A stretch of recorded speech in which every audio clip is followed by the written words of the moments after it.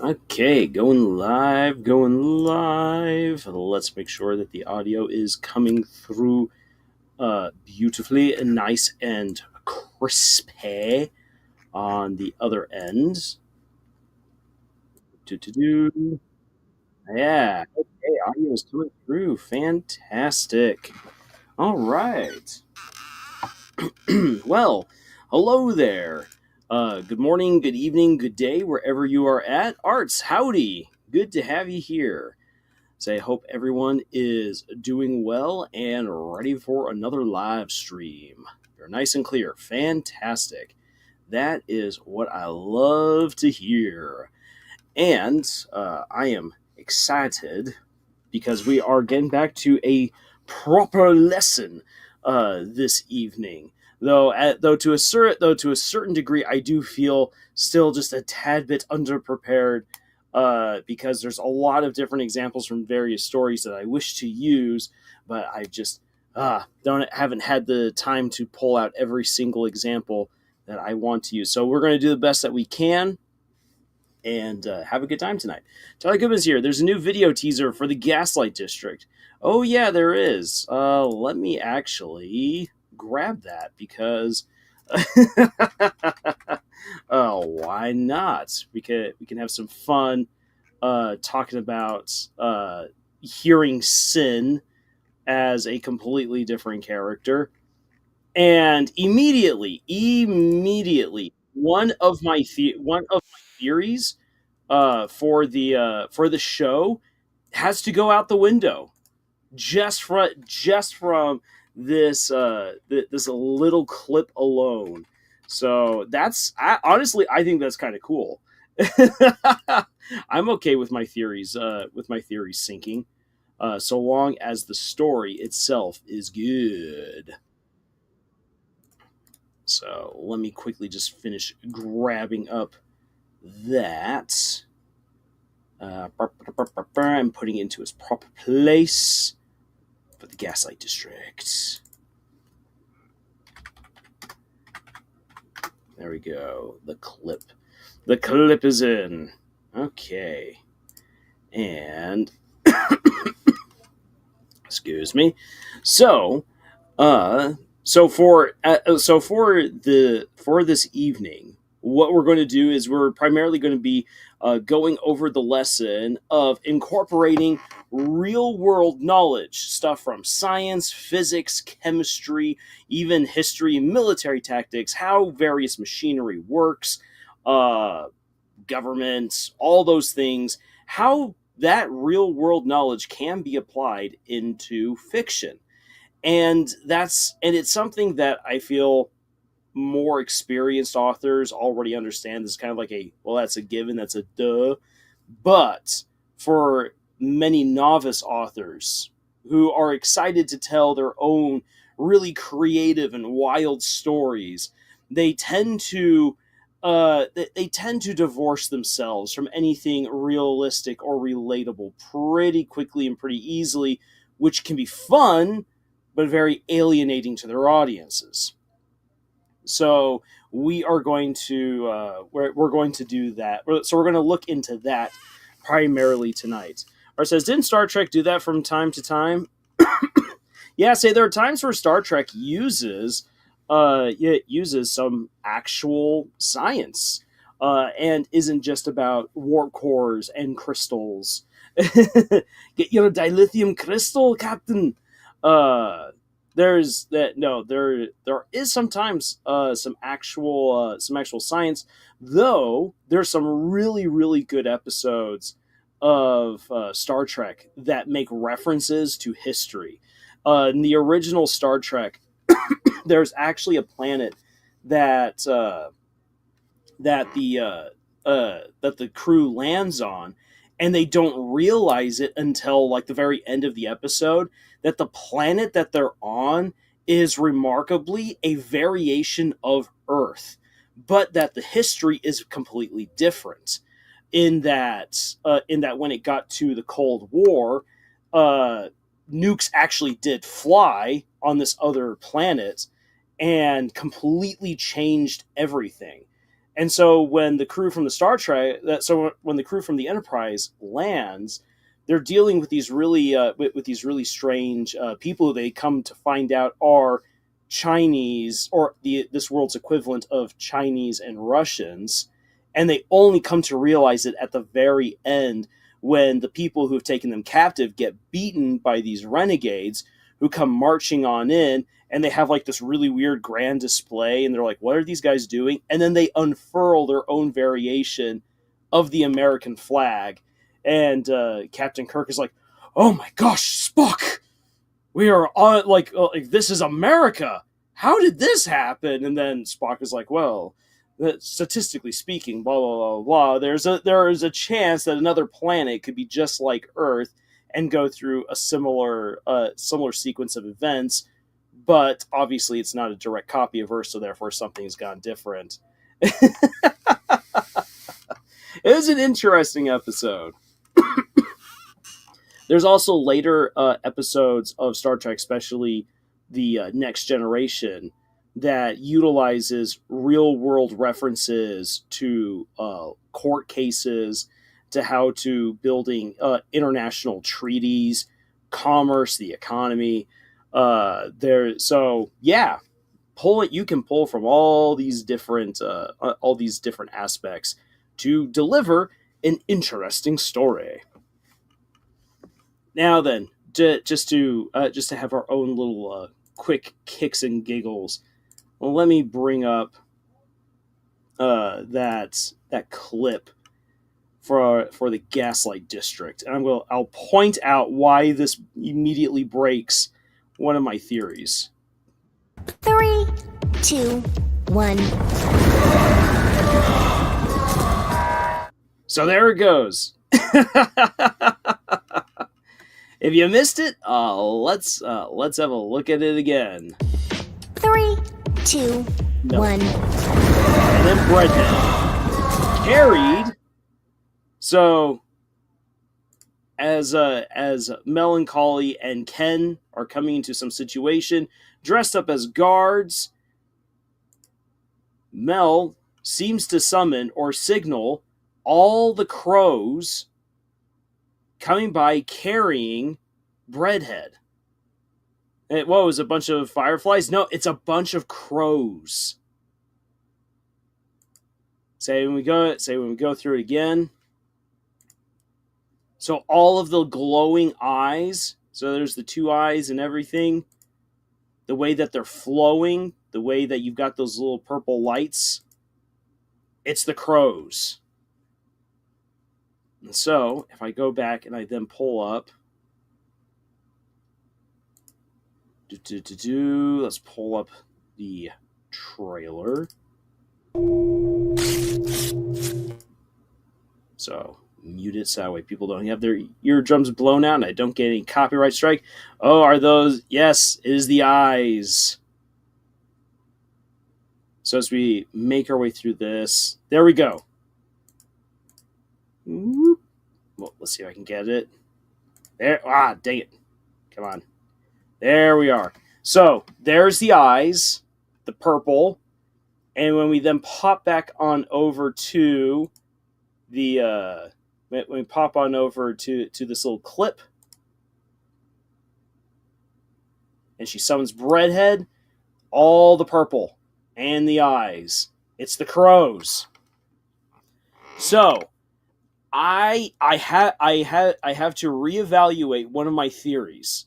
So I might be right in what I said in my video on the Gaslight District that Mel can control the crows, and so hence her summoning and then dragging Breadhead along with all the crows for most likely punching stuff at the other end of the hall or punching open the door. Who knows what they're going to have Breadhead do?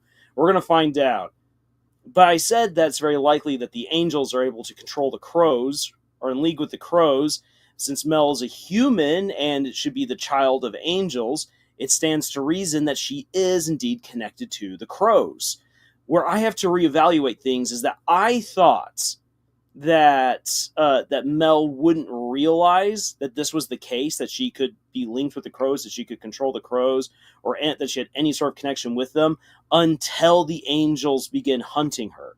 Now, the angels might already be, she might already know that the angels are chasing after her at this point in this particular clip.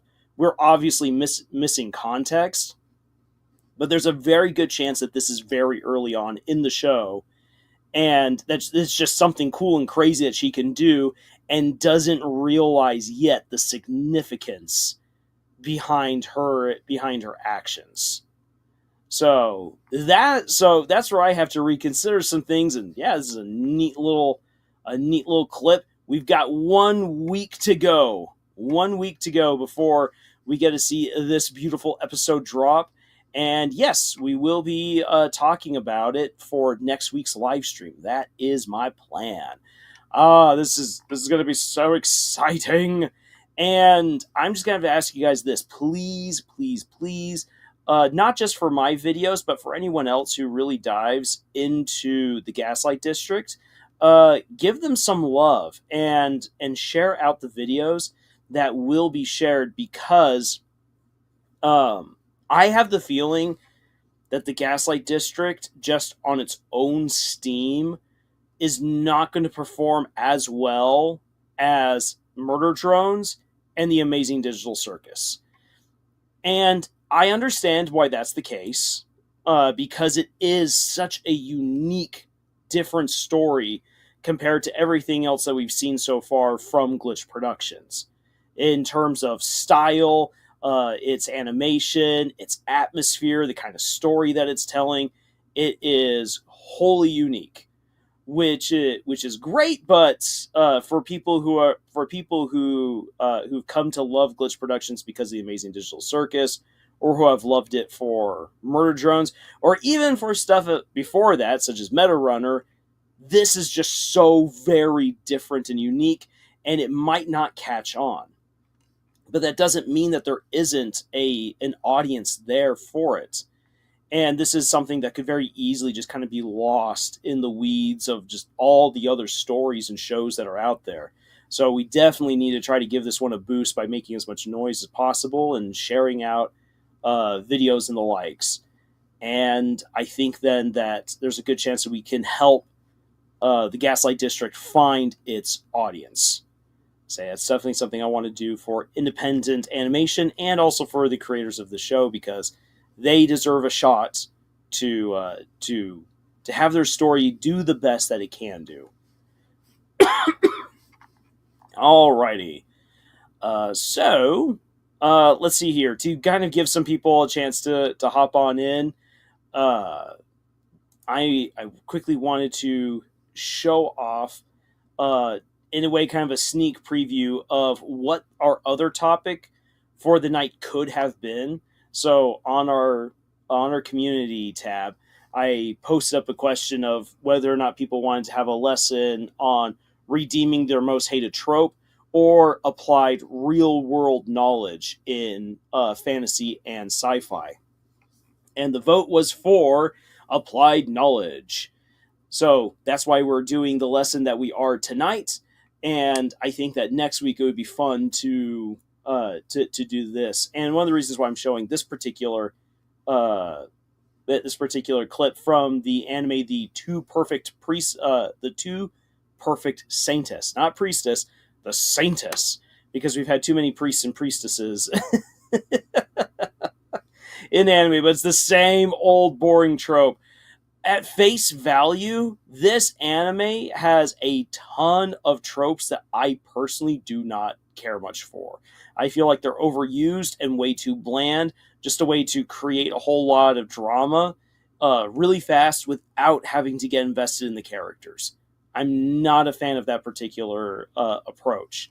However, having had the chance now to watch 2 episodes and also having read a fair way into the manga, I can say that this story right here definitely takes some of the tropes that I really don't care for and manages to transform them into a story that works pretty well, that I find myself really enjoying.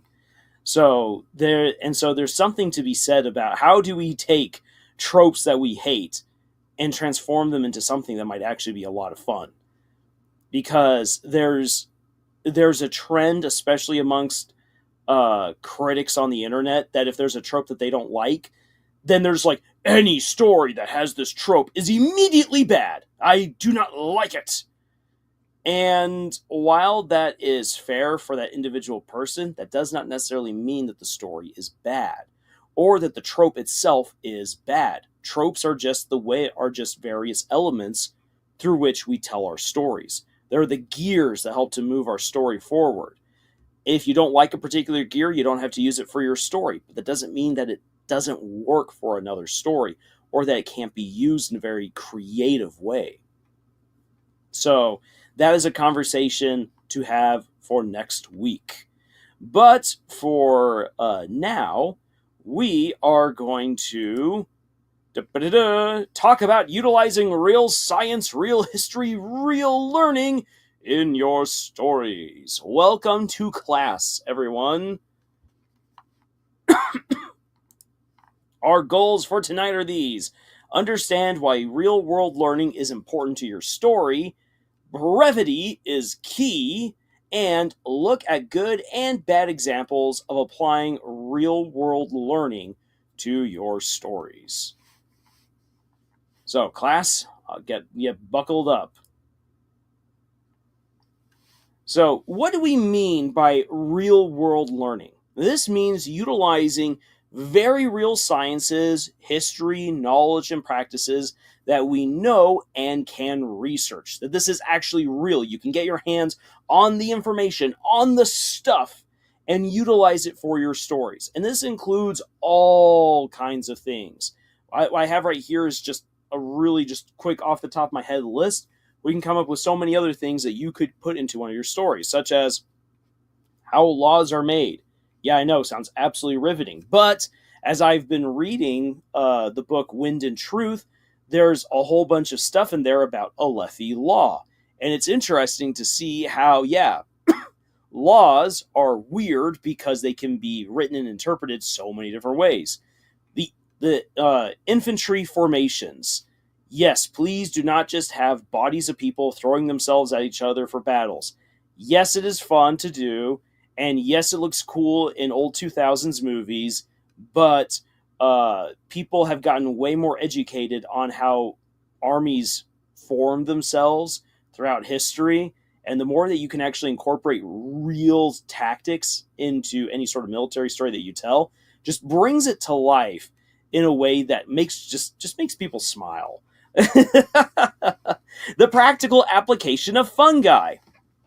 I just a couple nights ago watched a documentary on the evolution of technology during the American Civil War, and for America's very first submarine that they called the Turtle, they had no way of lighting the thing without taking away oxygen, except for they figured out that there was this glow-in-the-dark fungi and algae that they then spread. They mashed it up and then they spread it on stuff within the turtle to help illuminate it. So that way the guy pedaling the submarine could know which direction he was going in.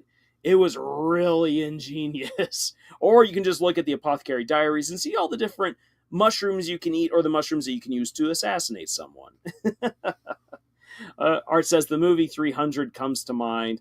Yes, as great as the movie 300 is, it is wildly inaccurate in terms of how everything went down. There wasn't just simply 300 Spartans at the battle and then a certain number of Thespians. There was at least 3,000 Greeks at the Battle of Thermopylae that were constantly switching shifts in order to stand up against the Persians. And by utilizing their hoplite armor, which, no, they did not go in bare-chested. No, they would be completely covered in bronze in order to maximize their security, would just go in and just be a metal wall that they would just stab people over the top of their shields. And I actually had a professor in college who had us in class create a phalanx, and it was really really cool. Like they're like you have these big bros who are just like whatever. I just want to get out of my seat, and he had us stand interlocking our shoulders. And he had like this one guy who's all like, I don't feel comfortable with other men so close to me. And then the professor came and shoved him really, really hard, and he didn't move because of how we were all interlocked together. If you broke the phalanx and you went and you shoved a guy, even if he was bigger than you, the guy could step back and would tumble. But with everyone in the proper phalanx, you cannot easily break that. You need to have greater weight in order to push a phalanx backwards, which is what the Persians attempted to do. But the problem is that the Persians did not have proper armor to compete with the fully encased bronze shell of helmet, huge round shield, and thick breastplate, along with well padded waist and shins that protected the Greeks. See, good proper infantry formations. Doesn't take away from the fact that 300 is a fun movie, but wildly inaccurate. Artzal says, I know a very wild example, but when I think of 2000s, man, oh yeah, the 2000s were a wild time. Now, building homes. While that sounds really boring, I think, to a lot of people just glancing at it, you'd be surprised how many stories go into architecture and even into the making of homes. And it's pretty interesting to come across that. The forging of metal, yes, you don't just simply superheat ore, pound it, shape it into a sword, and then boom, it's done. Not like what you see in the movies, constantly striking it, reheating it, striking it again, because that heat and that pressure allows you to combine the different molecules to form iron into steel. Art says a lot of RPGs involve building communities. Yes, but it's not just simply building communities we want to see, properly building communities. I wish life were so easy that I could just I could point to a direction, click, and then watch as my buildings start building themselves. Now then, another one is this: how programming and hacking actually work. No, if you just, I'll even put this in as a chat. If you're just like, click, and you're like, see, I've been clicking really, really hard. This is not. This is not hacking. No, that is not. Yeah, that's some random typing there, dude. Yeah, see, that's just me hitting the keyboard. Hacking is way more complex and sophisticated than just simply hitting a bunch of keys.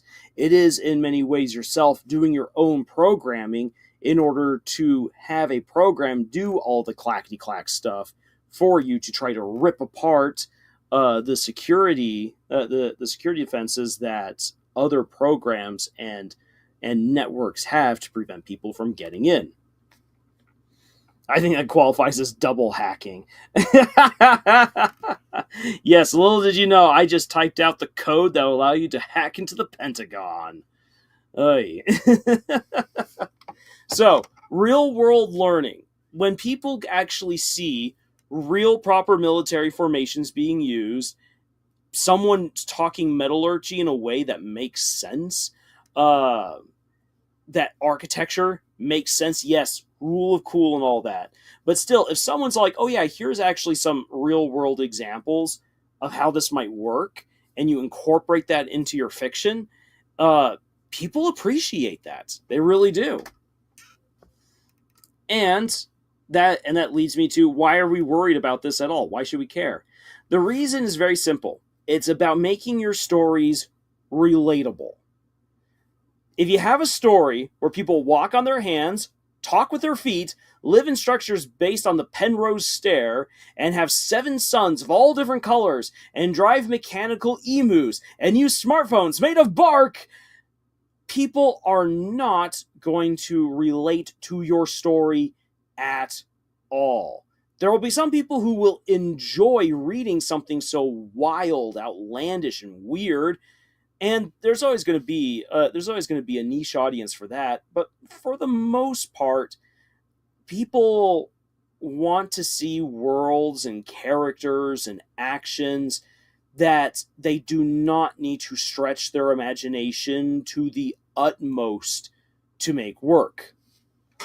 And a good example of this, I'd say, of like trying to like really like towing the line of absolutely bizarre but also still somewhat relatable, is when I was writing my book Monarch Mercenaries Autonomy. There's one scene where the main characters have to work with all these other different pirate crews to go and attack this one world and raid it. And all of these pirate crews are just very colorful, weird characters. You've got living cartoons and anime characters. You've got aliens that are basically giant jelly slugs. You have your typical humans. You have a giant lobster man. You have a chimpanzee sailor. It's such a weird gathering of individuals. What makes it work as a scene is that you still have some humans that you can latch onto, the main characters, and that some of the stuff that they're talking about in terms of how they're going to pull off this attack, the politicking and the alliance between these different pirate crews, that stuff sounds relatable. It sounds real as you're reading it. And so that allows you to anchor yourself in a scene where your imagination has to go into hyperdrive in order to picture this crazy spaceship that looks like a giant fish with all of these really weird aliens in it, and all of them have speaking parts, and they're all doing stuff, and they're all important. And so having characters that you can easily relate to with topics that sound plausible, sound real, allows you then to not get lost in the storm of, okay, I got to imagine what this looks like. I got to imagine what this looks like. I got to imagine what this particular ability is. Ah! Otherwise, it's just too much. Art says, I remember when the trailer for Final Fantasy 15 came out and everyone made fun of the fact that the main character was riding in a convertible. Like, it made it a little too real-world based. Final Fantasy 7 had touches of reality in there, but there was enough fantastical elements to balance it out. Exactly. I actually had a long conversation with a friend of mine the last time I was out on vacation about Final Fantasy 15, and she said that she enjoyed a lot of the adventures that you can go on in that game, but it is kind of silly to just be driving around with the boys.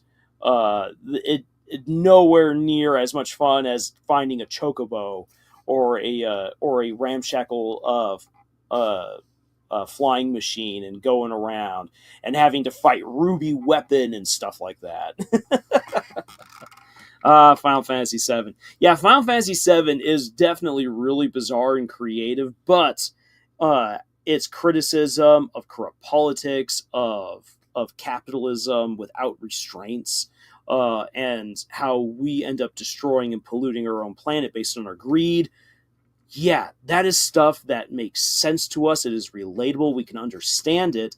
And that serves as an anchor when you've got Cloud wielding a sword that's twice his size and he's fighting a giant sewer rat.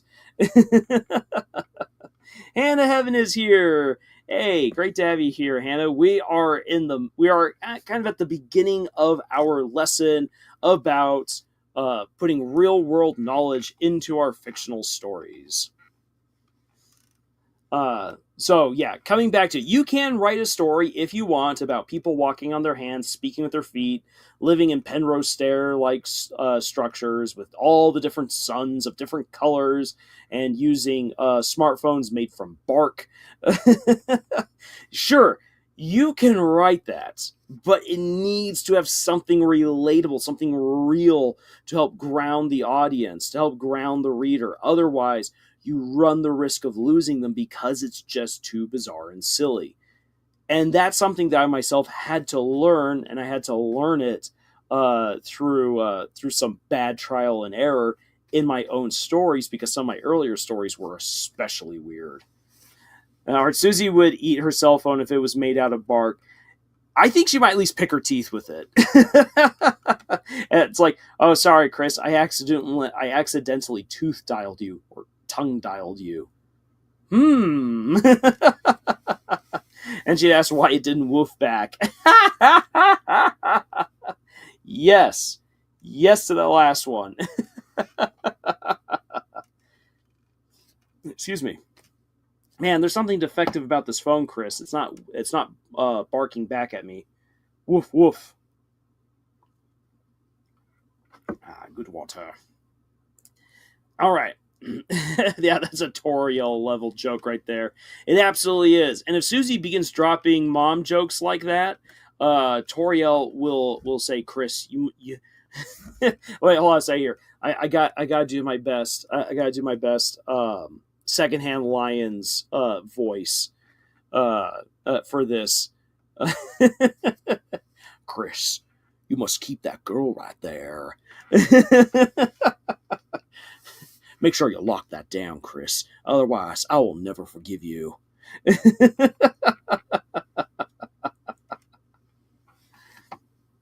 All right. Now then, beyond that, beyond just simply having like really weird stories in it, you need to somehow anchor.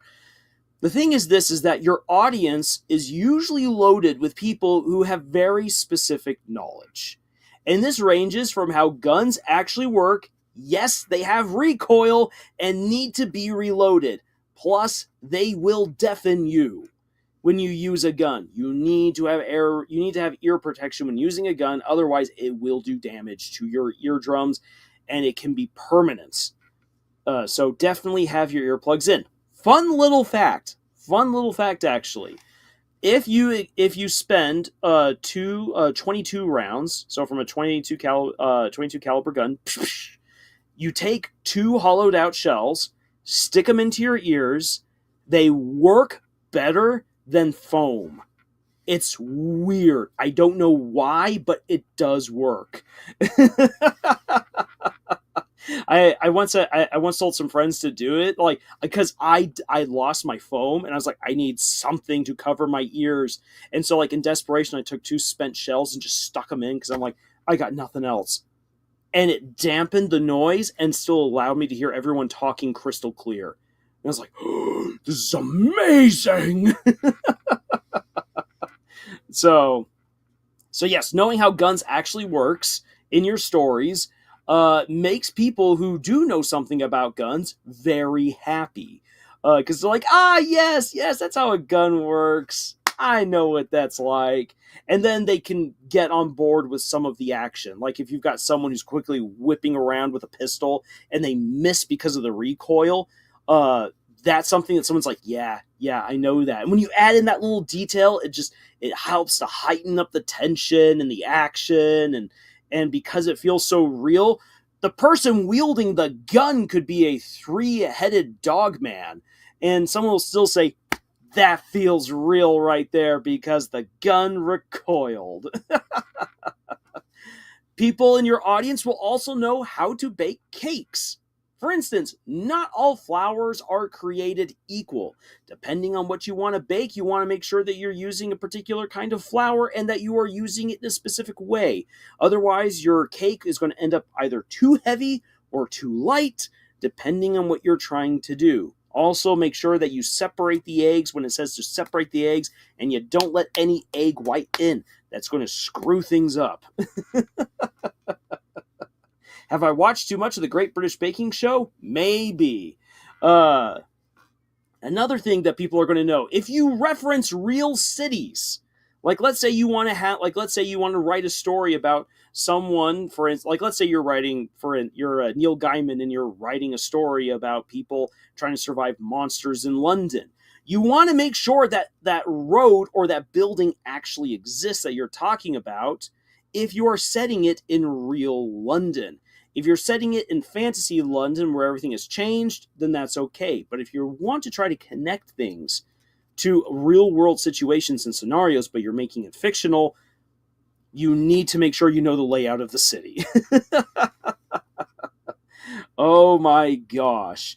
It's actually one of the things that made me want to go to Florence was reading the Inferno by Dan Brown, because there's a whole chase scene through Florence that's really, really cool. And I'm like, this city is amazing.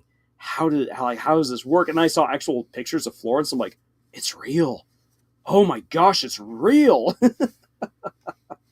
Um, or just a fun little thing. If you are in Germany, nearly every town and city has a Karl Marx street. So you can, if you want, just like if you have no idea what you're talking about, you'd be like, Karl Marx Street. There we go. Now then, here's another thing. Your people in your audience will know how to actually survive in the wilderness. So if you're writing a wilderness survival story, you need to have done your research. You need to make sure that people are not eating the wrong berries, that they know how to test to see if something is poisonous or not. They want to consume fats, so it's not just simply eat meat. It's not just the meat. No, they want the fat off the animal. That is actually going to help keep you alive way longer than just simply eating meat. One of the reasons why fish is actually really good to eat. There's a lot of healthy stuff in fish. But again, wilderness survival, your fish might also be contaminated with tapeworms, which would be absolute death to you. So you got to make sure that you're also properly cleaning and cooking your fish in a wilderness survival story. And I know this is kind of sophomoric of me to have it in here, but boinking in the woods leads to health problems. I recently came across a manga where this guy is trying to teach other people how to survive in the woods, and each lesson that he's teaching ends with him boinking a different girl. And Scott and I were talking about it, and we're just like, this is just so bad. This is so because no, you wouldn't do that. The outdoors are unsanitary, and you don't want to get yourself weird infections. So no boinking in the wilderness. When you incorporate real world knowledge into your stories in ways that are complementary and genuinely applicable to your story, it pleases and engages the real experts, and also it ends up teaching people who are reading or watching your story that didn't know this stuff, and they'd be like, oh, that's actually really cool, and it makes them want to go and they want to learn a little bit more. Most people are willing to overlook some things that you might get wrong, and the rule of cool definitely applies, such as, for instance, writing Bleed, Steam, and Steel, where I've got one scene where Asuka brings her swords down and smashes in a helmet. Traditionally speaking, the Japanese helmets were made so strong that they were supposed to deflect blades. Blades could break or bend against their helmets. But I wanted a really awesome moment where she smashes in a helmet, and so the effort that she goes through to do it is there, and I've got rule of cool. So rule of cool is nice, it applies, but if you do rule of cool every single time and just kind of try to hand wave away things that don't make sense, that doesn't jive with the audience all too well.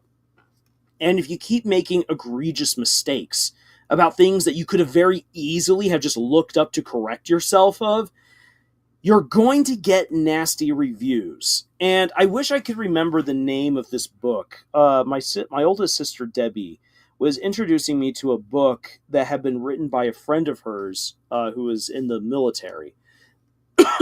And she was getting a bunch of reviews that she didn't like because people were just saying you don't know anything about Renaissance Scotland or medieval Scotland. You just looked up some names like MacDougall and threw that in there, and that people wear kilts. There's a whole lot more to Scotland than a bunch of mix at the front of people's last names and kilts. And if you were to incorporate some more of that, people would be far more engaged in your story because it feels more real. A lot of people said this story just felt like a very bland rendition of Outlander. So, yeah. Do your research, that way you don't commit egregious mistakes, or that you don't pass up on all of the things you could very easily reference that make you sound way more knowledgeable. So, what should you do? What should I do in this situation? Well, the answer is crystal clear. In the words of Jackie Chan's uncle, you must do your research.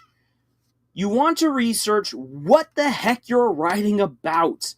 And really, this goes for every story. Familiarize yourself with fairy tales, rocket science, computers, the effects of drugs, ancient societies, ancient cults, the way that cults operates, landing a place should be landing a plane, etc. The information is out there, and there's no excuse for not looking it up or asking for help. And a good example of this is actually the book Fahrenheit 451. The title for the book came from the author going to a fire department and talking to a fire chief and saying, okay, look, so I'm writing this book about people burning books. And the guy's all like, what? Because this is like 1950s, right after Nazi Germany and all of that. So yeah, people are like, wait, you're going to write about burning books? He's like, don't. This is going to be science fiction right here, a dystopian future.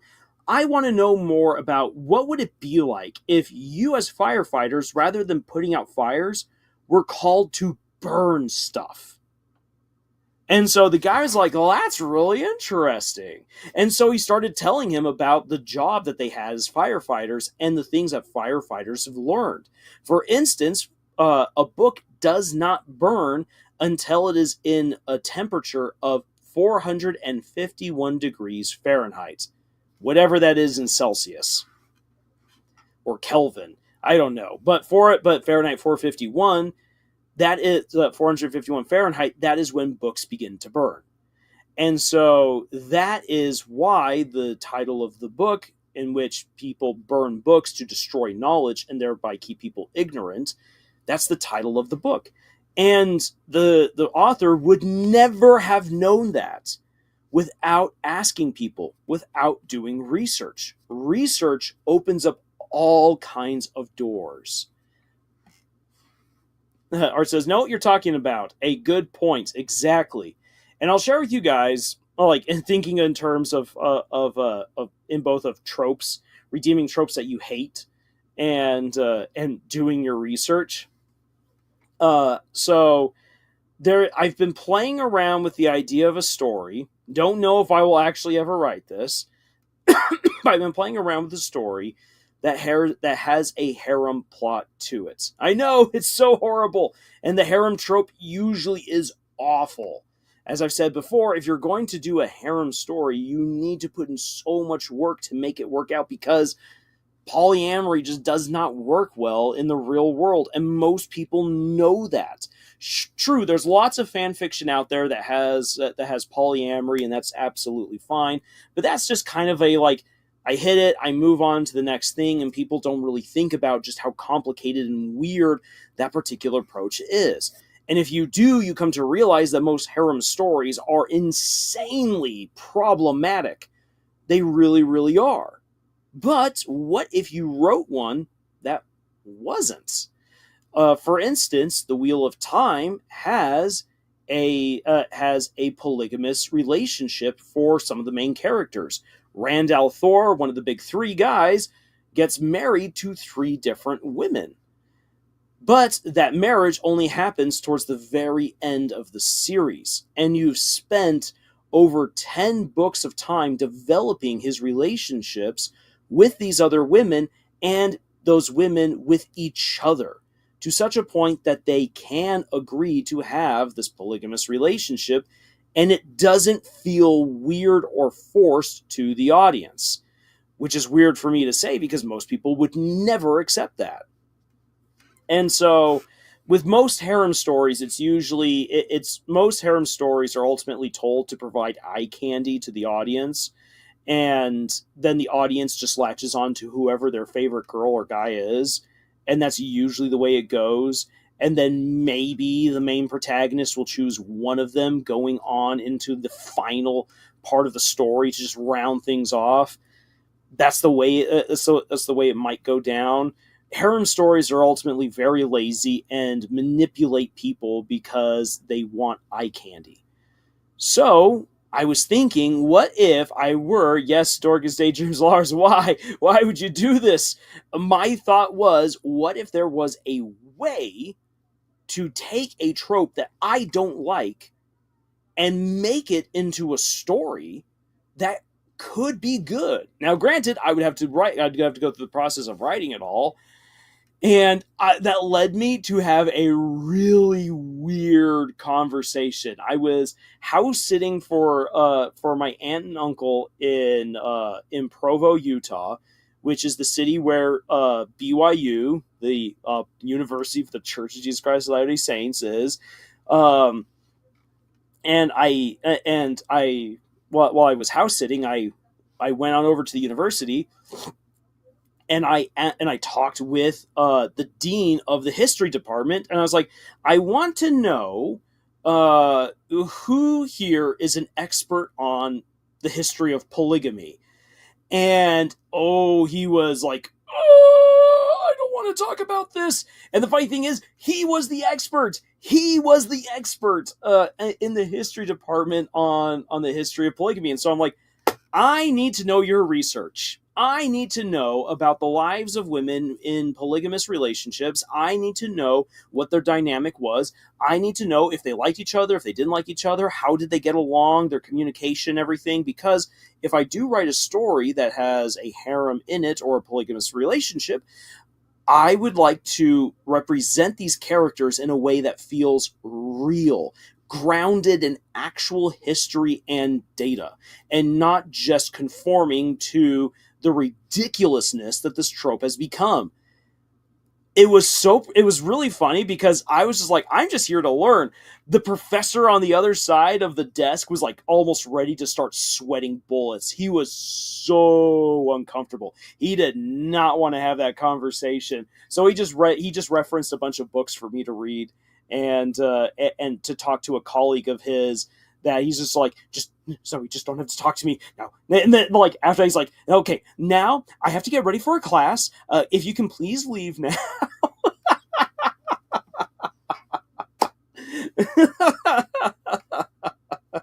So, do your research. Go talk to people. Make them feel very uncomfortable with the stories that you pitch.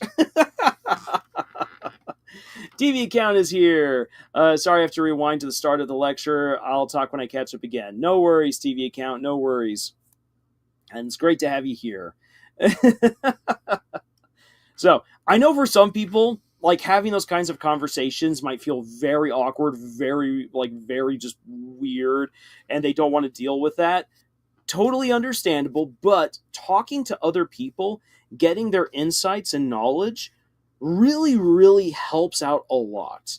So, like, for instance, with some of the stuff that I have, some of the weirder, for instance, some of the weirder magical military movements that I've written in some of my books, I talked with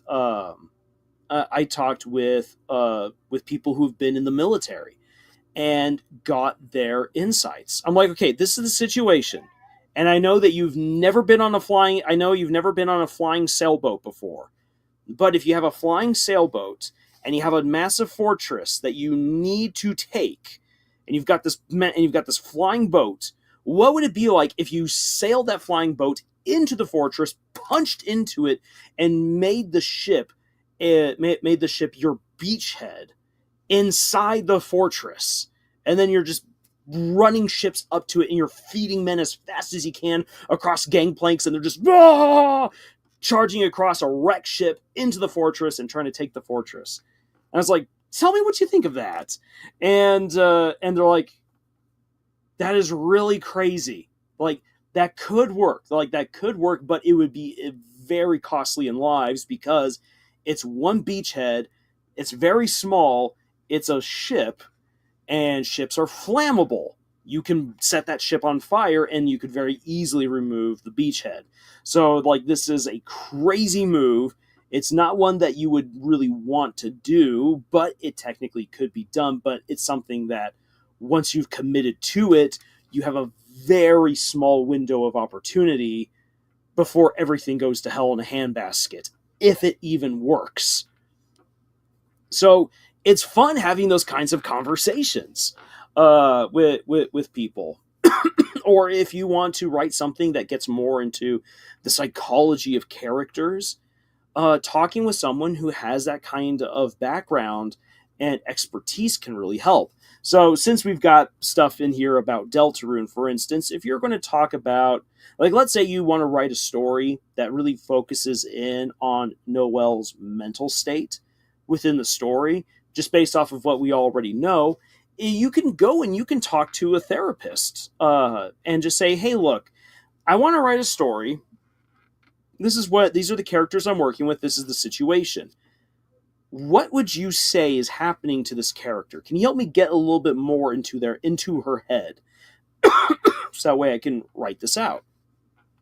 And a therapist might then just say, oh yeah, okay, so if this is the situation, and it's like, and they'd say, like, obviously I would have to speak to said character to get to know more about them, but based on what you've told me, this is what I think is happening with this character. This is where I think their headspace truly is.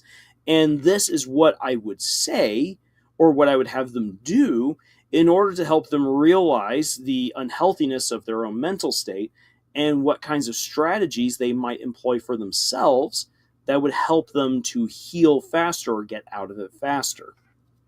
So having those kinds of conversations is really, really good. Especially because psychology and therapy is something that so many of us feel like we know because we're in our own heads and we know what works for us, but that isn't always the case of what works out well for other people. And so I feel like that's, excuse me, I feel like it's just really, really good to talk with people who are truly experts within certain fields where you're like, I want to do something really cool with this particular idea, and I need a second opinion or a third opinion to let me know if what I'm doing actually works or to show me the way to make it the best I can. Darkest Daydream says, oh, speaking of Noelle's mental state, I have a video recommendation for anyone who's interested. I'll post in the general chat in the server. All right, awesome. Art says, I've thought about doing some stories about exploring Noelle's state of mind when she thinks of Susie, and it puts Chris off. Yeah. And I'll just say this, like, recently in having some conversations with people through comments on some of our more recent videos, it's been interesting because they've also helped me see Susie in a different light. Not Susie, well, obviously, but Noelle specifically, see Noelle in a different light, and it is crazy. And again, not to try to sink the ship of Noelle and Susie. If that's what you ship, then that's what you ship. But in other conversations I've had with people about where they were just looking at Noelle's mental state, I'm like, oh boy, no, I do not. No, please do not make getting into a relationship the way that she heals, because that is so much personal baggage that you're dealing with, and in a real relatable situation, thinking that just getting together with someone is going to fix all that does not work out. Even for people who find themselves with very understanding, very caring partners, that isn't the solution. That's a help to finding the solution.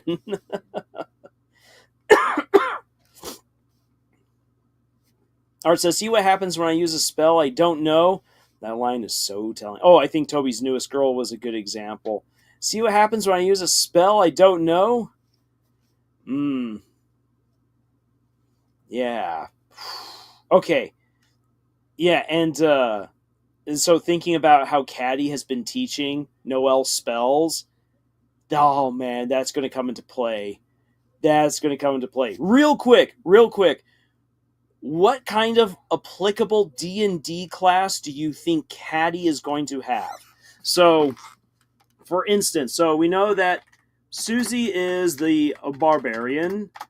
We know that Ralze is a cleric. And when it comes to Chris is actually pretty versatile. Chris could be a fighter. Chris could be a bard, especially in some of the fights. Or Chris can be a rogue. Say that Chris is kind of all over the place. It's kind of hard to really pin down what class Chris is. A druid for Caddy. I like that. That would work. That would work. Say, for me, I've been thinking that Caddy could either be a sorcerer or a warlock.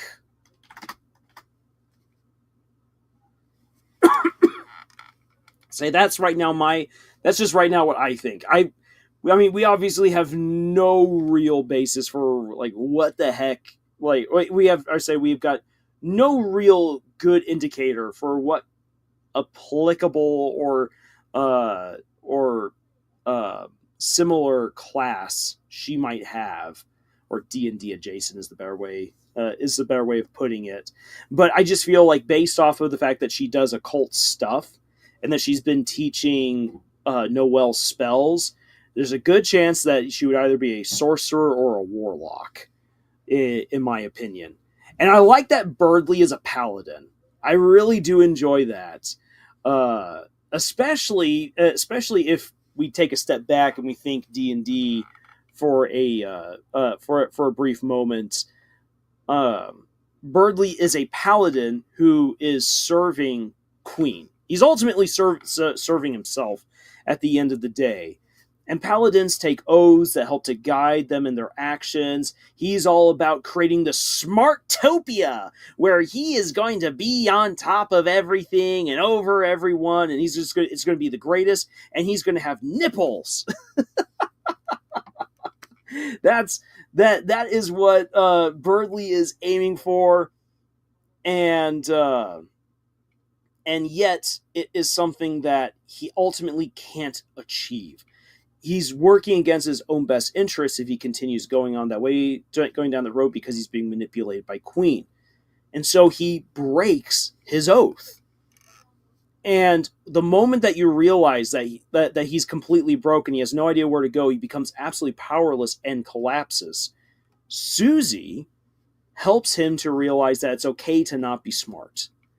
And this gives Birdley a new creed to follow, of not just simply, it's okay to not be smart, but like be yourself for other people, help out other people, and Susie is now his muse.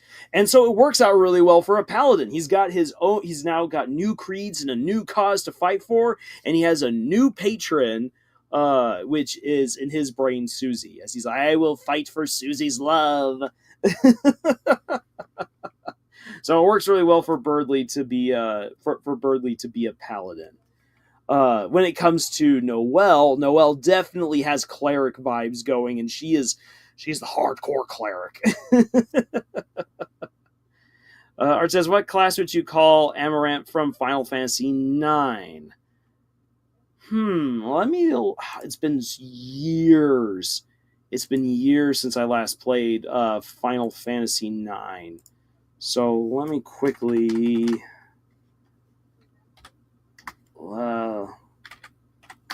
look this up. Amaranth. Mr. Arrogance himself.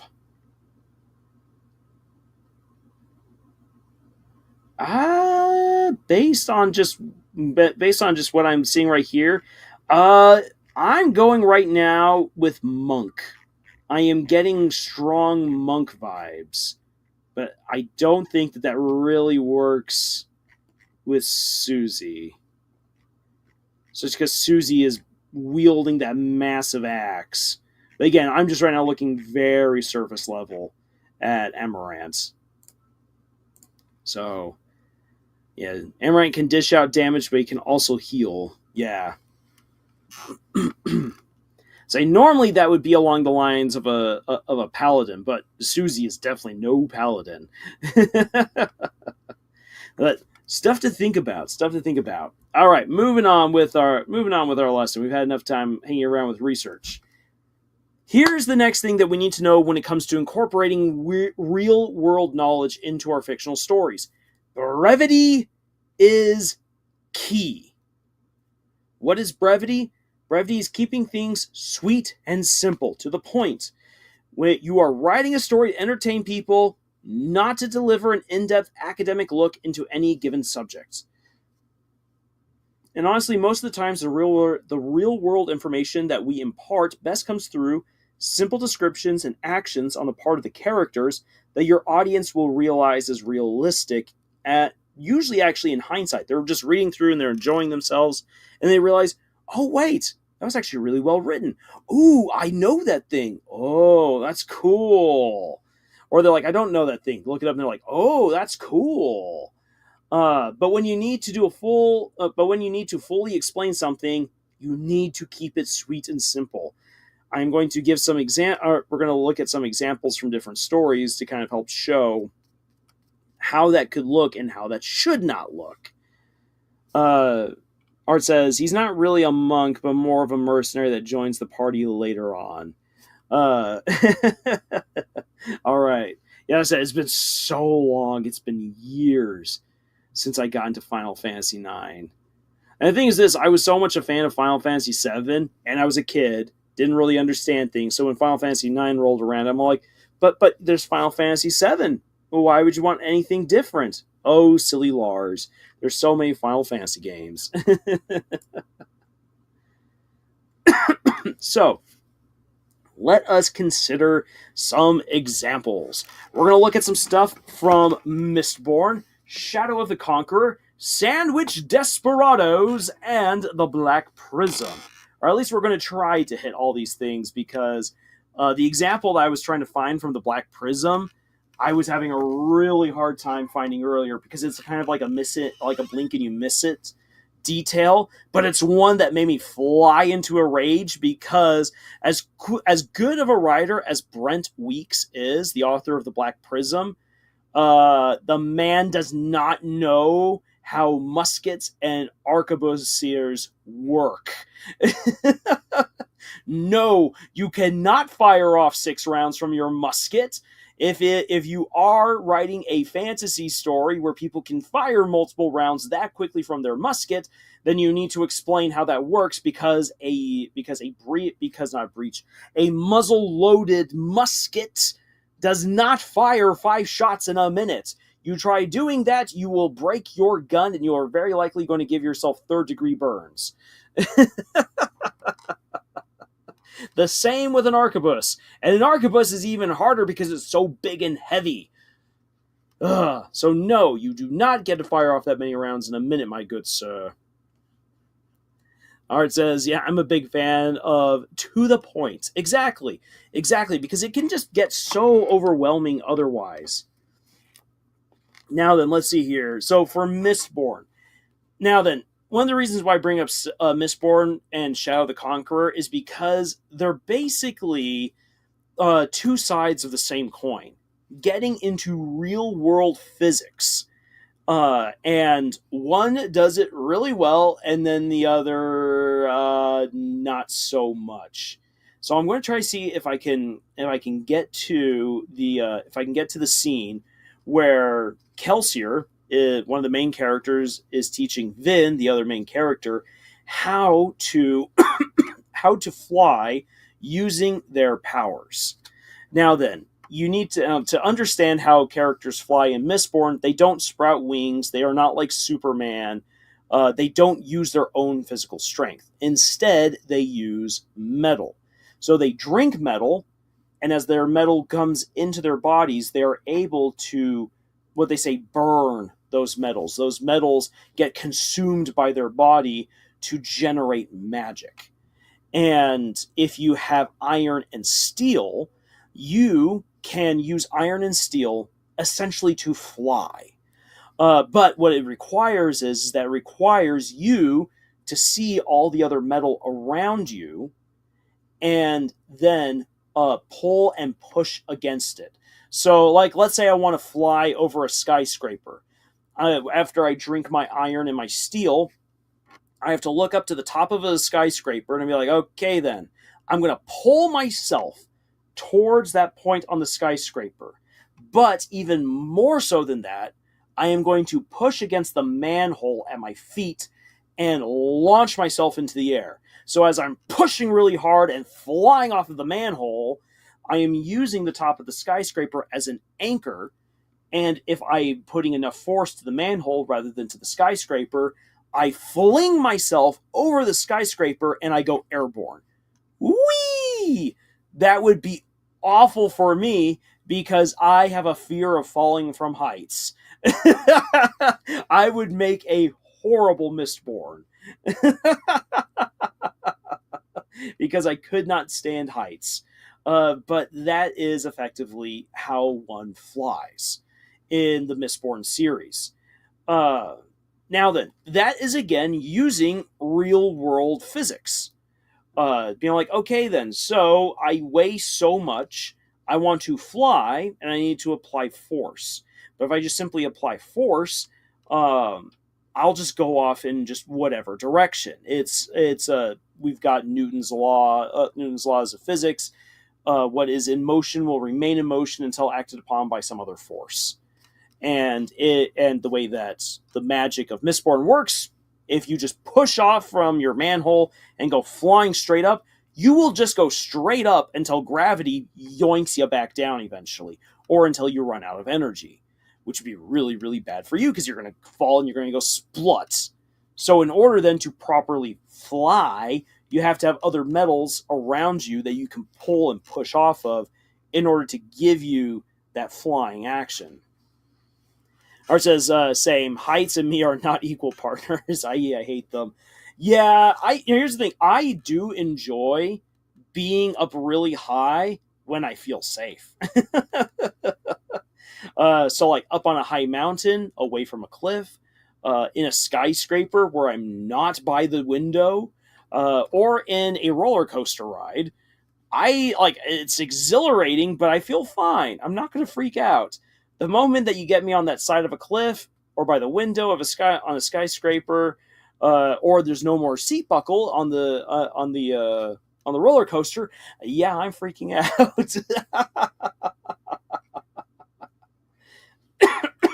Now then, let's see here. As I've been talking, I've been going through this. This is what I said at the beginning of the live stream, where I've been I unfortunately ran out of time to pull out all of the different examples that I wanted out of these books, because I actually wanted to read them to you, because it's really easy for me just to summarize what someone has said in their story, and then you're like, oh, okay, well then that's written really well. But me just simply giving giving a summary does not actually show how well or how poorly that scene is written. So let's see here. Let's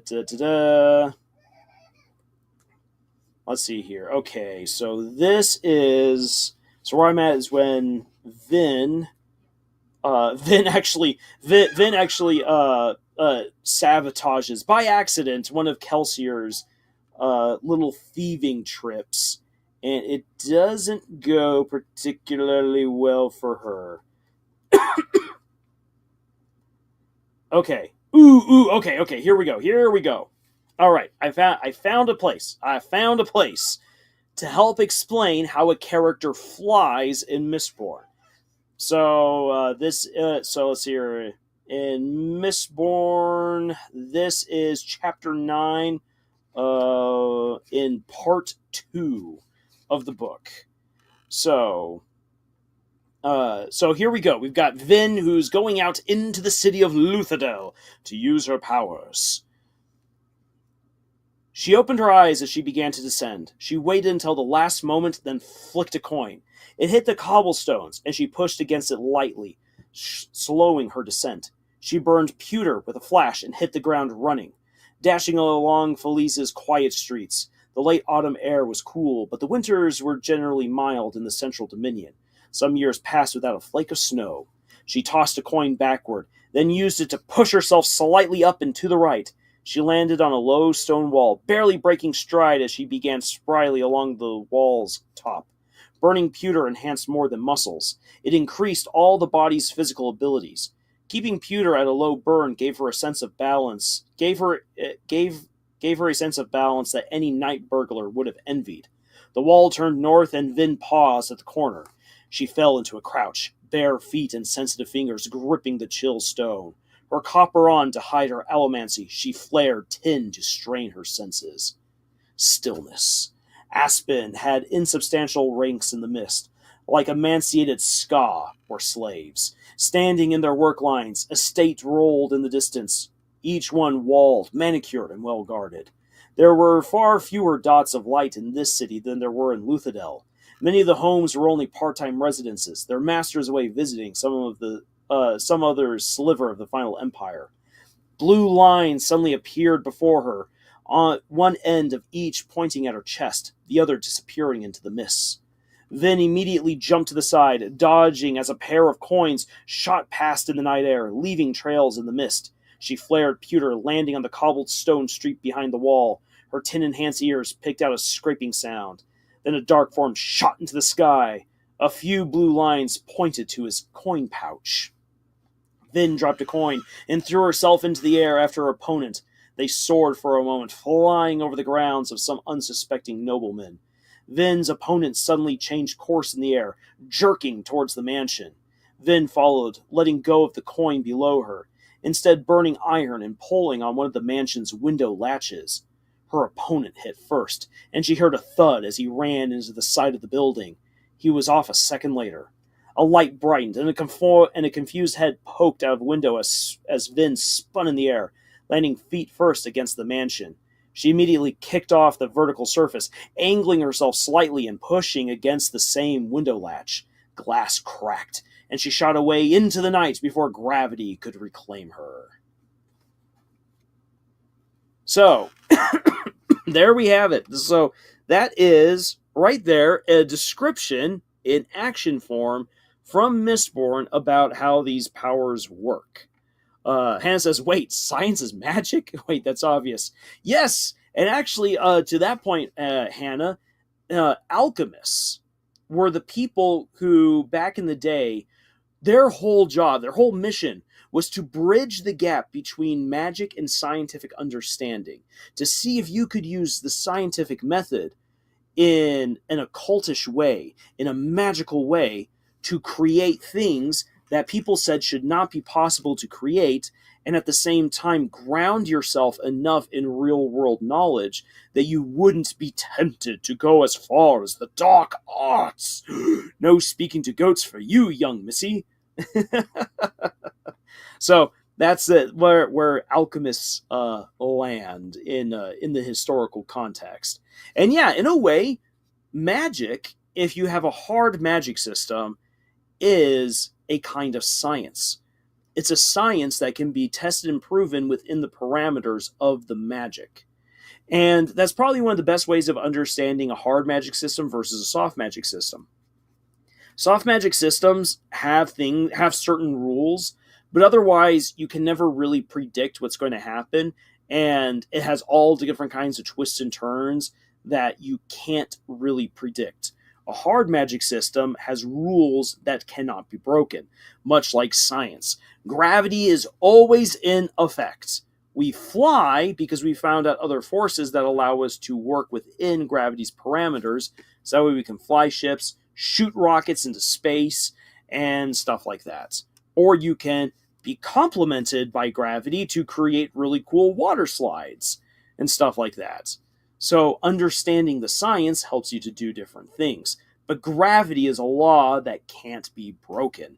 We have no way of getting around the ever-present state of gravity. Even if we were to destroy our own planet or destroy our own sun, we are still held in the bounds of the gravitational forces of our moon, of other planets, of black holes at the center of our galaxy, and of other galaxies passing by our own. Gravity is a force that we cannot escape. We ourselves have even our own gravitational pull, though it's incredibly weak compared to all the other much larger celestial bodies that we live on and live around. So yeah, That's a good way of thinking about magic, or at least the difference between soft magic and hard magic systems. Now then, to those of you who were paying attention as I was reading that scene from Mistborn, I want to hear from you guys. Was it something like that? What I just read, did it keep the explanation quick and to the point? Did it have brevity? Could you understand what I was reading, or was it just way too weird? And you're like, yeah, Lars, I got lost right there when you brought up pewter. So I want to know, based off of what I read, do you feel like that was a good explanation within the story for how the magic worked? And again, the guy is using, because he makes reference. Brandon Sanderson makes references to gravity. Gravity can reclaim Vin if she's not careful, and you have to know trajectory. So you got to know your geometry, and you need to know physics to a certain degree in order to fly through the air. So I want to hear in the comments, or I want to hear in the chat, how you guys grade what I just read from Mistborn. And as you're doing that, I will quickly take this moment to look up the real world knowledge of physics that is used by Shad in his book Shadow of the Conqueror. Because again, Shad drew a lot of inspiration from Brandon Sanderson. He's a huge Sanderson fan, and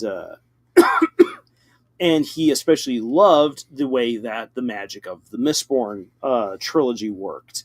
So he wanted to capture the same feel of the Mistborn trilogy while using his own magic system. So let's see here. Let me see if I can find where our main character, Dalen, begins to experiment with the magic.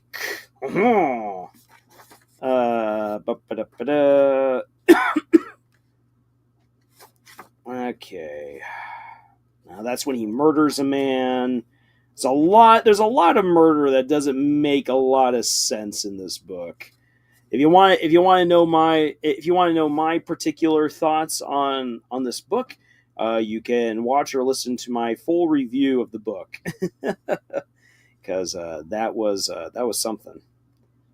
Alrighty. Okay. I think I've about. All right.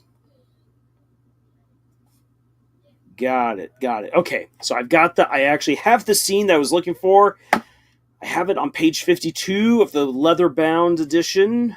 Because yes, I actually did. I actually did support his Kickstarter, and I got the comic book. I got the special leather-bound golden paged version of the book because I really wanted to support him. I thought it was going to be really great. And then I read his book. All right, so Art says it did the job. Hannah says 8, it was all right. Yeah, I know. Like, I wasn't able to find the exact scene where Kelsier is teaching Vin. This is actually one of their sparring sessions. The teaching session, I'll have to try to find it later, is pretty interesting. And there's such an excellent fight scene later on, where Kelsier is putting all of his powers to use and just wrecks so many people, using the power of physics. But I'll have to try to find that later because it's a really great scene.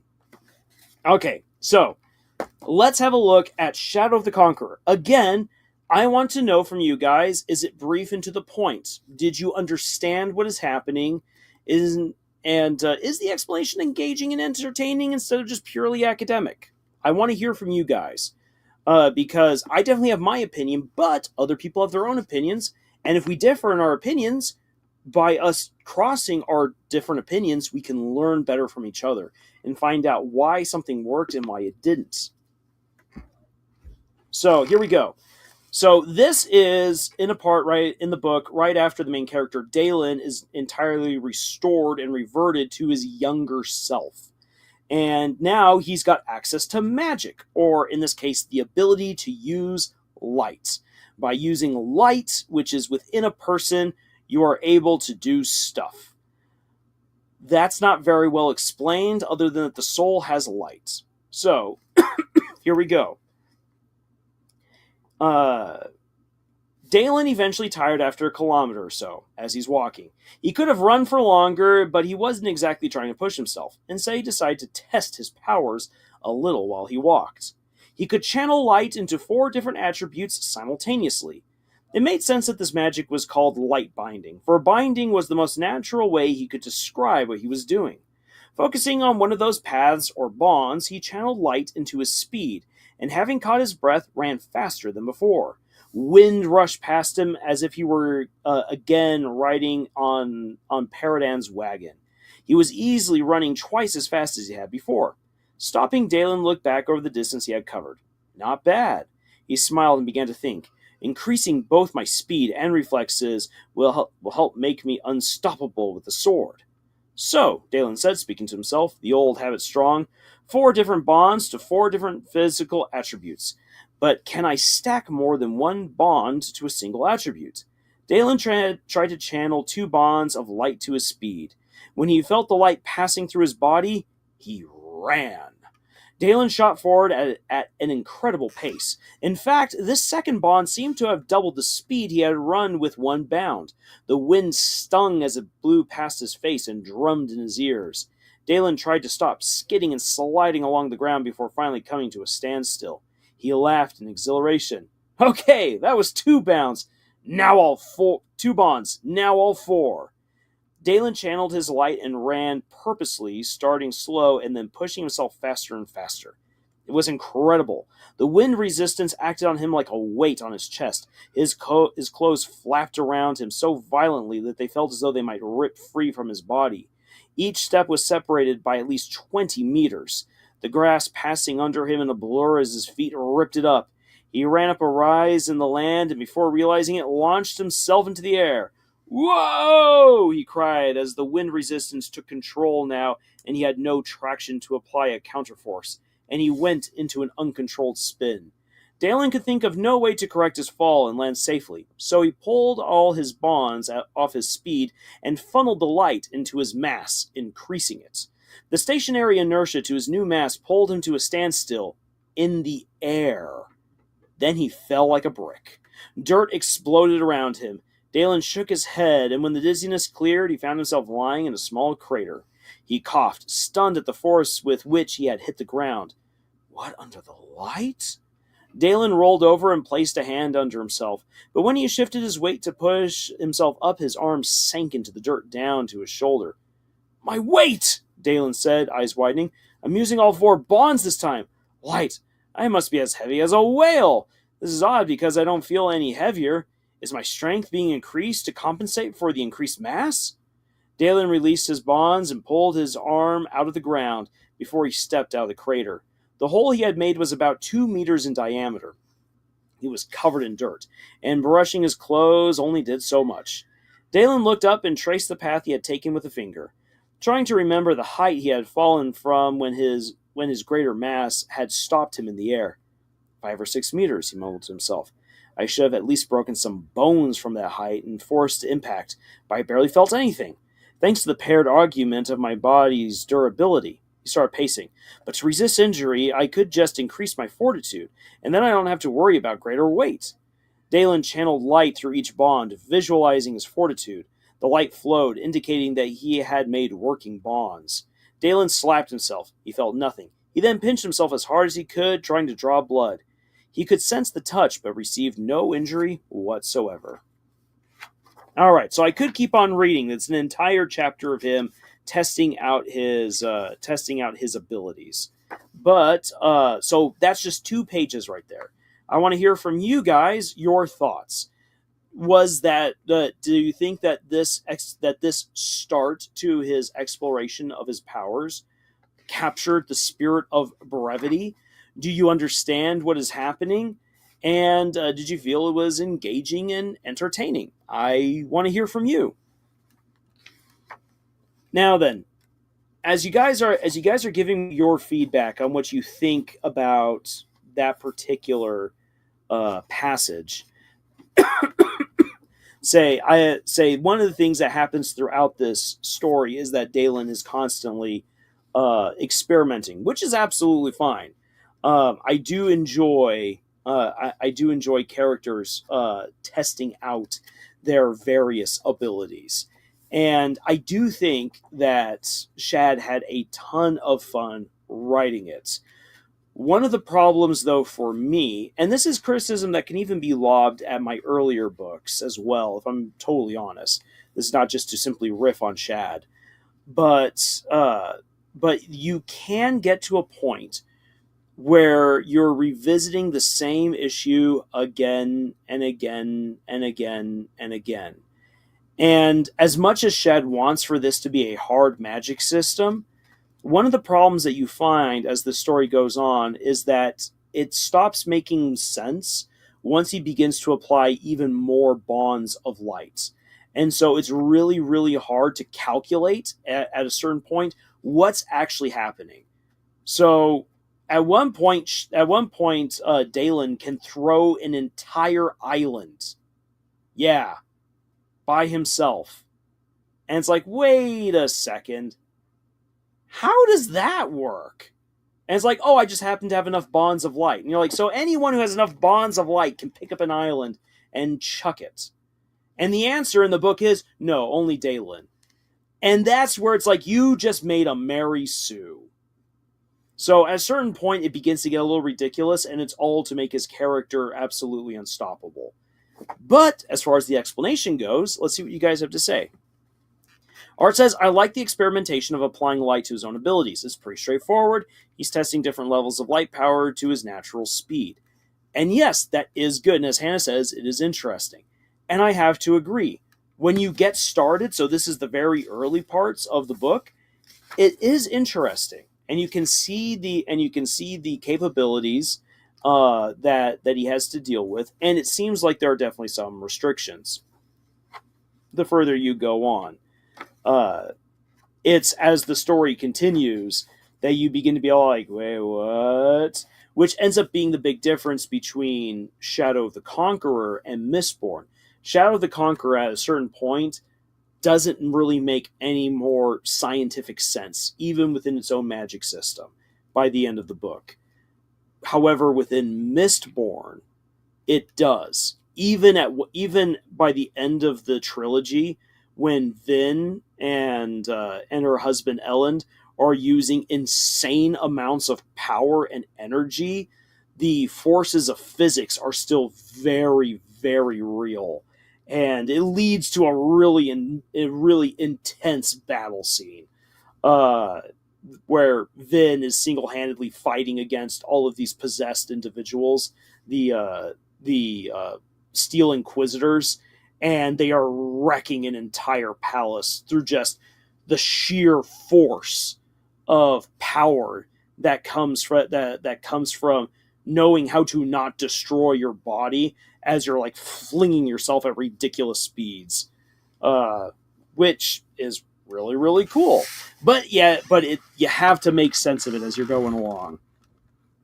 Fun thing with my stories is because it's all imagination, I can just hand wave away stuff. You imagined it, therefore it happened. Yeah, again, if you want to get my full thoughts on Shadow of the Conqueror, you can watch my review of it, where I go into more depth and detail. But yes, Shad at the beginning, I think he actually does capture pretty well. Me personally, if I were writing this, I don't think I would have the character speaking his thoughts out loud as much. Yes, it's what he does because it's a habit, but it gets really clunky and awkward after a while. I personally prefer to do inner monologues, and as the narrator pose the questions and show the results. And that way it feels more like I'm acting on the part of the audience as a part of the reader who might have those same questions and draw those same conclusions. And if they don't, well, then that's something that the reader can engage in. Now then, let me see here if I can pull up my sandwich desperadas. Oh no. Oh no, I just realized I don't have it on this little computer right here. I have it on my I have it on a drive. Ah, that sucks. Well, dang it. I was going to Darkest Days, I missed the Deltarune D&D discussion. Yes, Darkest Daydreams, unfortunately you did. Dang it. Well, in Sandwich Desperados, the example that I wanted to pull on from that, and you guys can get yourself a copy of the book and see it for yourself. So this was an example of where I don't know much about cars. I can drive a car just fine, and I can do basic basic repairs and the likes on vehicles. But if you ask me to understand the inner workings of most cars, the answer is I have no idea. And especially when it comes to sports cars, I am clueless.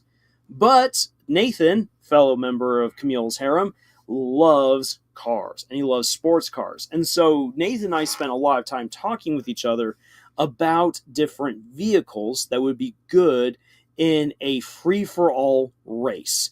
Because there is drag racing, there's NASCAR racing, there's Formula One racing, and then there's racing where you're like open road.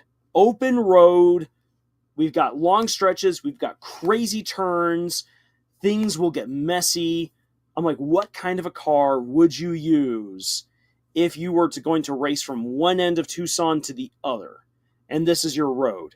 And so he's like, okay, so this is the road you're dealing with, and these are your conditions. This is the kind of car I would use. And so we discussed it, and he helped me to figure out which kinds of cars you would want to use and what were some of the details that I needed to include within those cars. So that way, when I wrote how these cars were doing certain tricks or doing certain things, it would actually make sense. Now, I don't remember any of that stuff because that was back in 2020. And again, I'm not that good with cars. But it was not only great to just spend time with a friend talking about cars and our two different passions coming together, writing and car knowledge, but it honestly helped my story to just feel more real.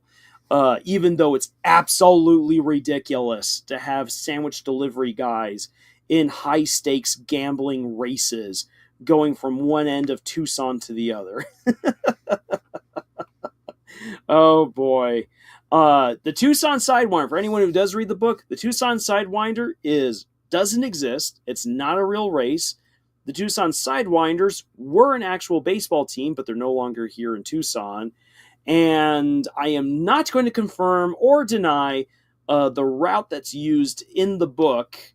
But I will say that the tunnel at the end of the race is real. Yes, there is a hidden tunnel in Tucson, and it's really cool. And when you find it, you're like, "What is this thing?" So, when I wrote the book, I used my knowledge of Tucson, and I used Nate's knowledge of cars to make a couple of the scenes work out really well.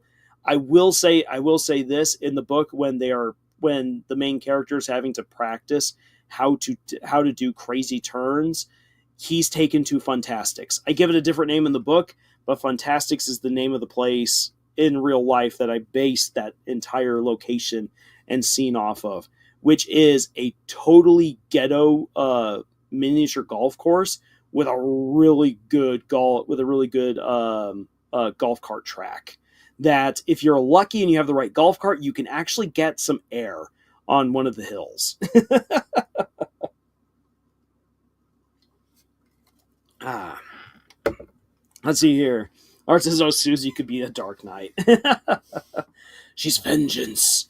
Uh, Dark says, "It reminds me of a D&D post I've seen before. Susie has dragon and knight connotations with her Dark Knight title, and her main axe forged from the mane of a dragon whelp.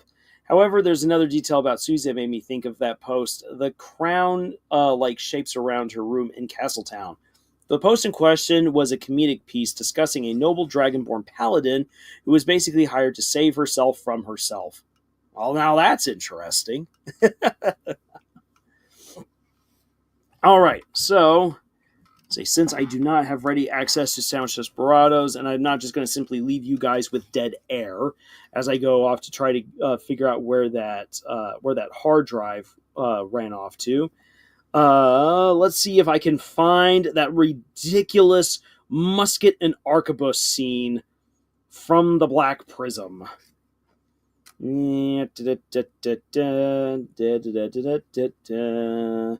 It's in the battle towards the end of the story, which the siege at the end of the Black Prism is a really cool one.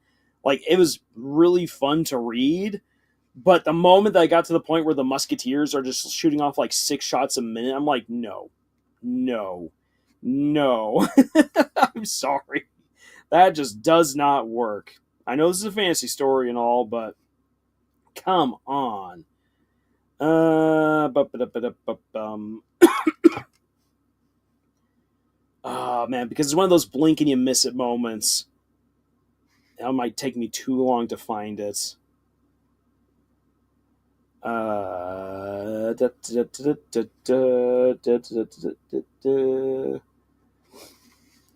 Let's see here. That's one of the moments where Kip, the main character, or one of the main characters, Kip, is doing some weird magic stuff, which has no basis in reality whatsoever. Nope.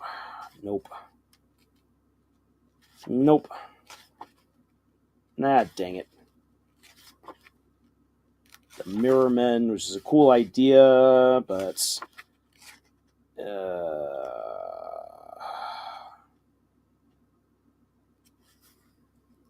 that's a really cool magic scene, but that's not it. Darn. Well, I'll have to come back around to this some other time. But I can throw out some other interesting examples. However, they're not ones that I can directly read. So, for instance, I just last night was rewatching some of the show Rascal Doesn't Dream of Bunny Girl Senpai, which is a fun little rom-com that utilizes quantum mechanics in it. Sounds really weird, and it's a really weird title for what it is. Rascal Doesn't Dream of Bunny Girl Senpai is the name of the anime. But it's honestly super, super cool. So throughout the story, you have all these teenagers who are suffering really bizarre situations during their adolescent years that all reflect quantum mechanics think problems. And so one of the things you need to know about a think problem with quantum mechanics is that there are some things that we literally just cannot do because we lack the power, we lack the knowledge, we lack the means to make it happen. But we can theorize about it. One of those things is Schrodinger's cat. And one of the neat things about Schrodinger's cat is that it asks the question of if when the cat is put into the box with a poison, is the cat dead or is the cat alive? And you will never know until you open up the box. And so according to quantum mechanics, the cat is technically both alive and dead until you open up the box or use any other means to check on the cat, meaning that the cat has now come to occupy 2 different spaces of existence at the same time. So in the show, the very first quantum mechanics problem is Schrodinger's cat. And the main love interest, Mai, is vanishing because no one is acknowledging her existence. And so she's very real, she's very much alive, and that's proven, but at the same time, to everyone else, she has ceased to exist. And so the main character who's fallen in love with her has to find a way of helping other people to confirm her existence, so that way she's not caught in a state of she both exists and doesn't exist at the same time, which is a real hell for her because she needs to eat, she needs to take care of herself, and she literally cannot, because there's no way that she can engage with anything because she cannot be, her existence can't be confirmed. So it's Schrodinger's cat. The second girl that ends up into the main character's life is a girl who takes on the role of another quantum mechanics problem, which is called Laplace's demon. And Laplace's demon is a very bizarre quantum mechanics think problem, which states if you could know everything about something, if you knew it down to its molecular and atomic structure, you knew its history, you knew exactly what it's doing in the present, you could then affect its future. Effectively, one of the best ways of explaining it is Laplace's demon is omnipotent because it's omniscient. It's all powerful because it's all knowing. And so the second quantum mechanics think problem that is presented in the show is that you have a girl who can constantly reset the day to get the best outcome for herself, where she wants to have a boyfriend. And she can do it because she knows that day. And so she will constantly manipulate that day over and over and over and over again to create the perfect scenario where she will get herself a boyfriend. And it's an interesting situation. Now, I bring up this anime as an example of utilizing real world knowledge and thinking to enhance a story, because it's a rom-com that spices itself up by utilizing actual quantum mechanics theories, and states this really weird thing that's happening isn't just simply happening because I want to get these characters together, but rather this is a quantum mechanics problem. How do you solve a quantum mechanics problem which we technically have no way of dealing with, because these problems that are in these thinking scenarios, we can never actually test them out, because to us, we've never encountered an instance where this is real. We've never gone that deep into our own metaverse, into the makeup of our own universe. Gah! And so, what if you could? And what if the examples of each one of these quantum mechanics problems surrounded a potential love interest? As ridiculous as it sounds, it's actually super interesting, and got me, like, after watching that anime, I started looking up quantum mechanics. It makes no sense to me, but I learned some crazy things. Oh boy. I think my biggest takeaway is that people who study quantum mechanics for a living, that they're all legitimately insane. Neil deGrasse Tyson, he's insane. He just handles it way better than anyone else. All right. So here we then come to the writing assignment for this lesson. What I want you to do is this. I want you to select a real world topic that interests you, and devise a way to convey that information and make it relevant to one of your stories. Remember to keep it brief, engaging, and applicable to your story. And when you have done that, please share your work.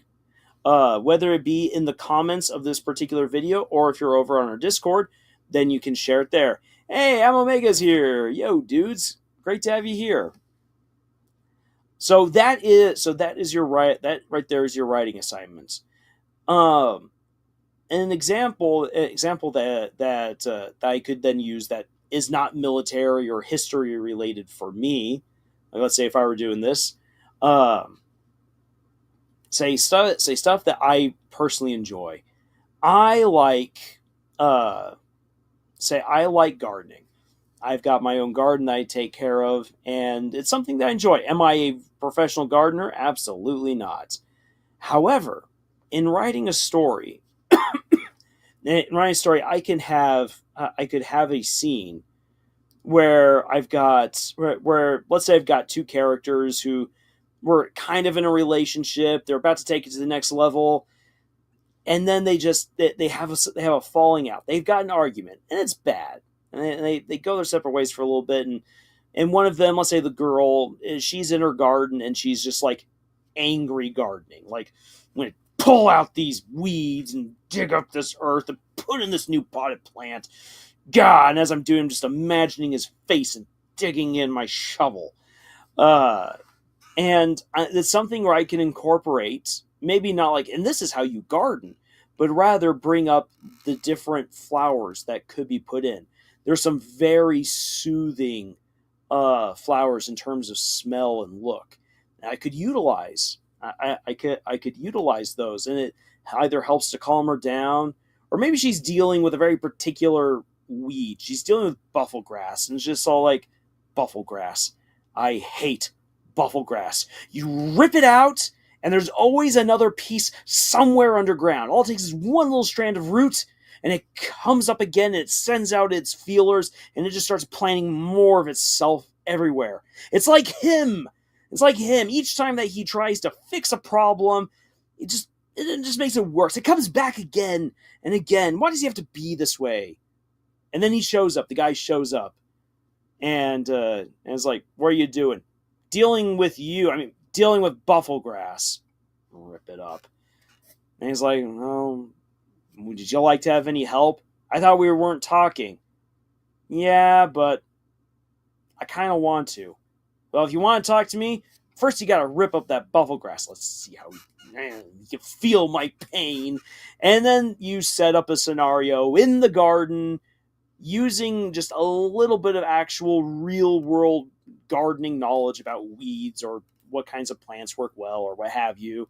That isn't something where you're teaching the reader or the viewer how to actually garden, but it's something real world that anyone else can look up and realize, no, that's true, or maybe they've experienced it for themselves and like, yes, buffalo grass sucks. Dark Sage Dream says, "Time to flex what I learned in freshman psychology." Oh yeah, exactly. So again, this is your writing assignment. Take a real world topic that interests you. Again, devise a way to convey that information and make it relevant to one of your own stories. And remember to keep it brief, engaging, and applicable to your story. Once you've done that, please post what you've done, and I look forward to reading it. So that's basically the lesson right there. And that leads me then to ask, is there anything that you guys would like to bring up in terms of writing real world information into your stories, how you can utilize that, techniques, or is there another writing topic that you would like to discuss? And if so, then please put it into the chat. And I'm going to quickly take a chance to get a drink of water.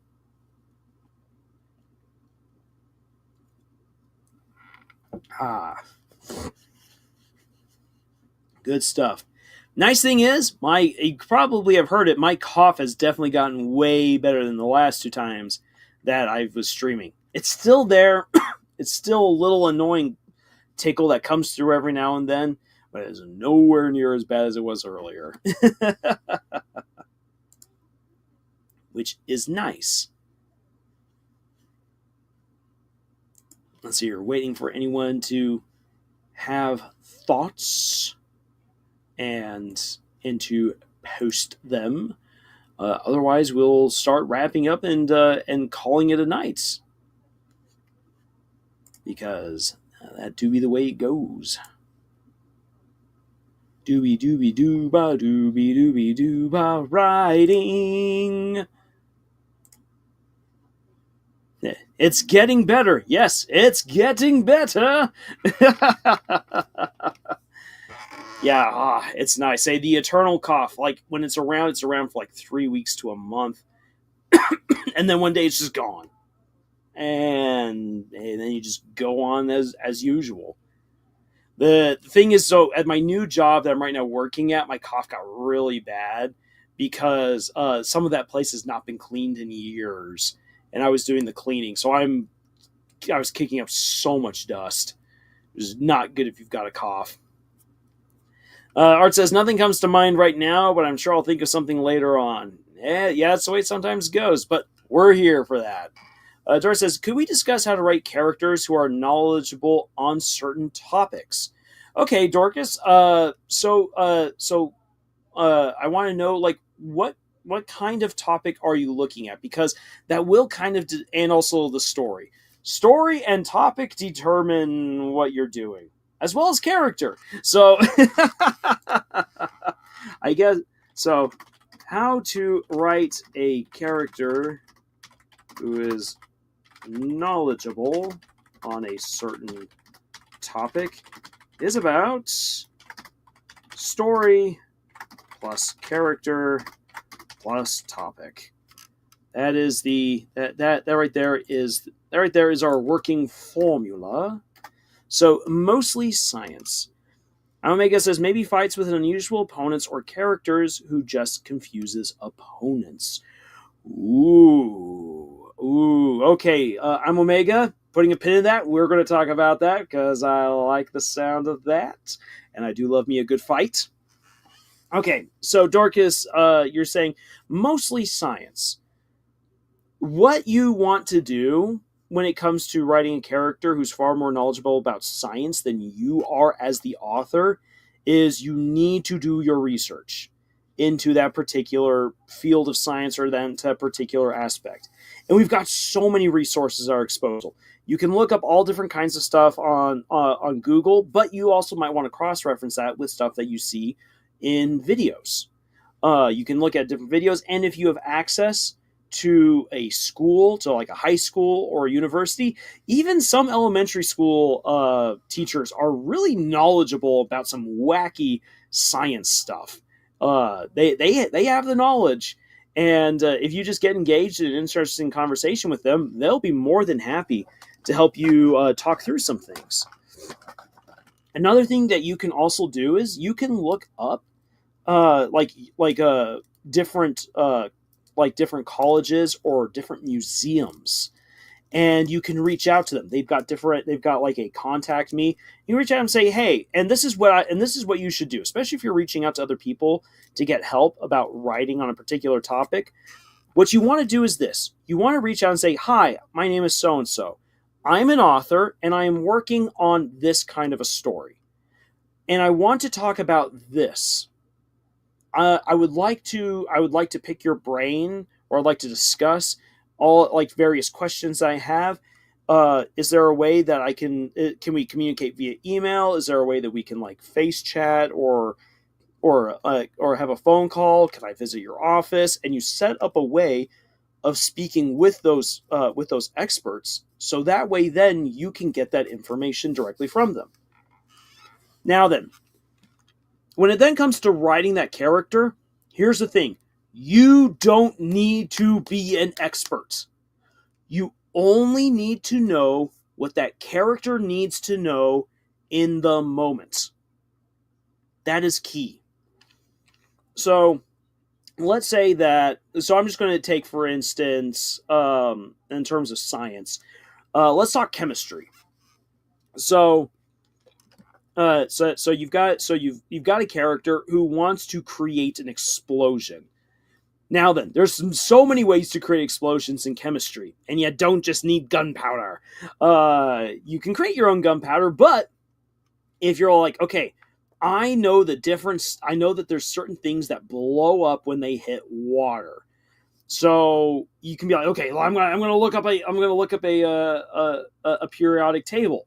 You know what? Let's get flagged by. I'm gonna get myself flagged by the FBI. Let's do this. Let's do this right here. We're gonna share the screen. Yeah, we're gonna go entire screen right here. Let's go. Okay. We got ourselves the Eternal Swirl. Okay. Potassium blows up in water. Okay then. So, potassium blows up in water. Excellent.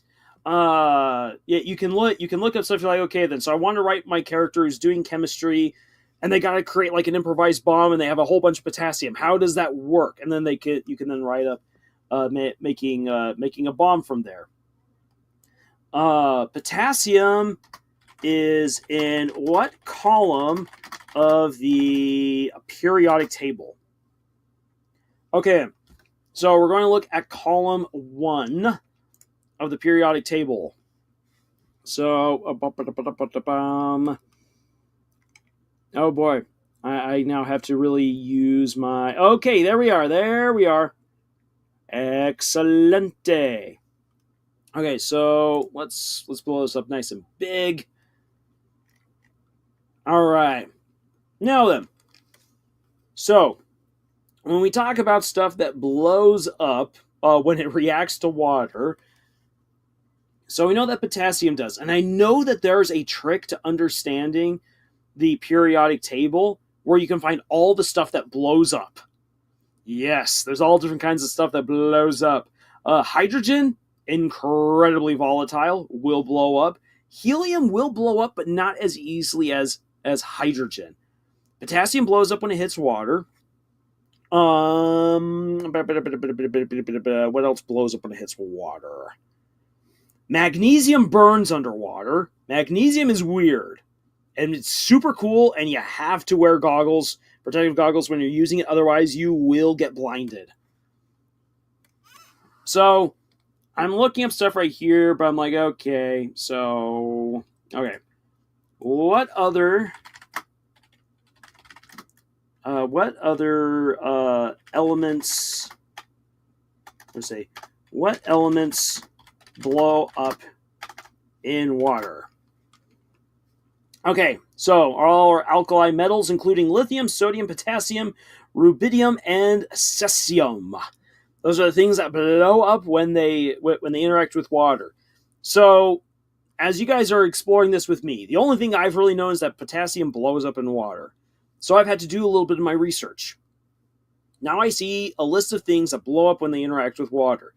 All right, so if I want to figure out like a good situation and create a good scenario where my scientist has got to create a bomb for whatever reason, I've done my research. Other people have most definitely done their research on what kinds of compounds you need and of how much in order to create a good explosion. And so you just need to do more work, or you find a chemist to talk about and you say, I've got a character who's in a situation, they got to make a bomb, they have this stuff at their disposal. What works out best? And I guarantee you that after that chemist gives you a thorough look down to make sure that you're not a terrorist, they're going to be all like, okay, this is how you make a bomb. Now then, how do I know all of this? I know this because my high school chemistry teacher loved to blow stuff up. And he mixed together all different kinds of compounds and like quick little Lars story moments. His class was really, really difficult. And so, and because he knew that, and he knew that a lot of kids did not do well on their tests, he said, okay, look, the final test is worth 20% of your overall grade for the entire school year. The final project is worth 20% of your final grade for the entire school year. If you don't feel confident about the test, you can write your entire grade on your final project. which is what I did because I knew I was going to flunk his test. And I needed to get a B or higher in his class in order to get a scholarship that I was aiming for. So I could not afford to fail. So I decided to go for broke. I bet big on my final project. And so me and my group, we were talking about what we wanted to do, and one guy's like, I got a potato cannon. Do you think you'd let us do something with it? So we went and we asked, and he's all like, yeah, use your potato cannon. It sounds awesome. And so he started helping us by finding all these different things that we could use to launch potatoes out of a cannon. And so we got to do all. And so once we did that, he also then had us do controlled explosions in the classroom. So we were using controlled explosions to heat water in order to measure the energy output of the different fuels, and then we would measure the energy output of those fuels against the explosions within the potato cannon and how far they launched the potato and how far those explosions launched the potato. It was wild. It was fun. And yeah, he had us doing all different kinds of explosions in that class. So that's why I know that a chemist, if you get the chemist talking and they know that you're not going to make a bomb that you're actually going to hurt people with, they'll start telling you about all the crazy things you can do with different chemicals. So Dory says, potassium, an escape or chase scene. So yeah, let's again just say your scientist character. Let's say that it's not even that they're working on something. Let's say that they've got a colleague who is working on something that other people want to get their hands on, very dangerous material or very dangerous research, and so your scientist character has to. Your scientist character is there when these bad guys break into the lab to steal the stuff. They don't know what's going on. People are getting threatened. It looks super dangerous. Someone could get killed, and so the scientist, as like a precaution, just in case things get really bad, begins mixing everything they need for a bomb. And it's like, okay, if things get bad, boom, and the bad guys go kaplooey. That's just an instance where, again, you as the author, you don't need to know every single chemical in that lab and what it can do. You don't even need to know the most important or the most volatile elements. You don't need to know all the different elements that can go kaboom. You just need to know what kinds of elements could go well together to create a good kaboom that will service your story. So that's an example. That's what I mean by when I say that you don't need to be an expert in what your characters are supposed to be experts in. You only, as the writer, need to know what they need to know in the moment. So again, that's going to require a lot of research on your part to get it right, but you can do it. And that also keeps things manageable, because if you had to memorize everything on the periodic table and everything that could go kaboom, that might be a little bit more research and information than what you really need to do and what you need to retain in order to write your story.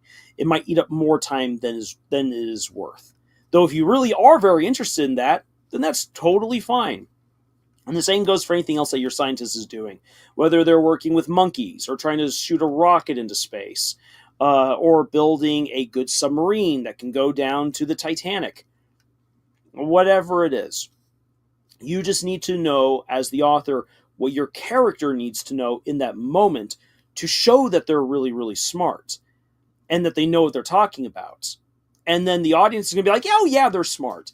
Because no one who is reading a book or watching a movie or a show and they see a person in a lab coat quickly put together a bomb out of random stuff in a laboratory and that they expertly blow away the bad guy, no one's going to be like, well, I bet that person doesn't know what column 18 of the periodic table is. Of course not. That's dumb. No one's going to be thinking that. They're going to be all like, whoa, could that actually happen? is it worth getting flagged by the FBI to look that up? That is the thinking process that most people, 99.9% of people, will have when they see what you're doing with your characters. So does that help to answer your question right there, Dorcas Daydreams?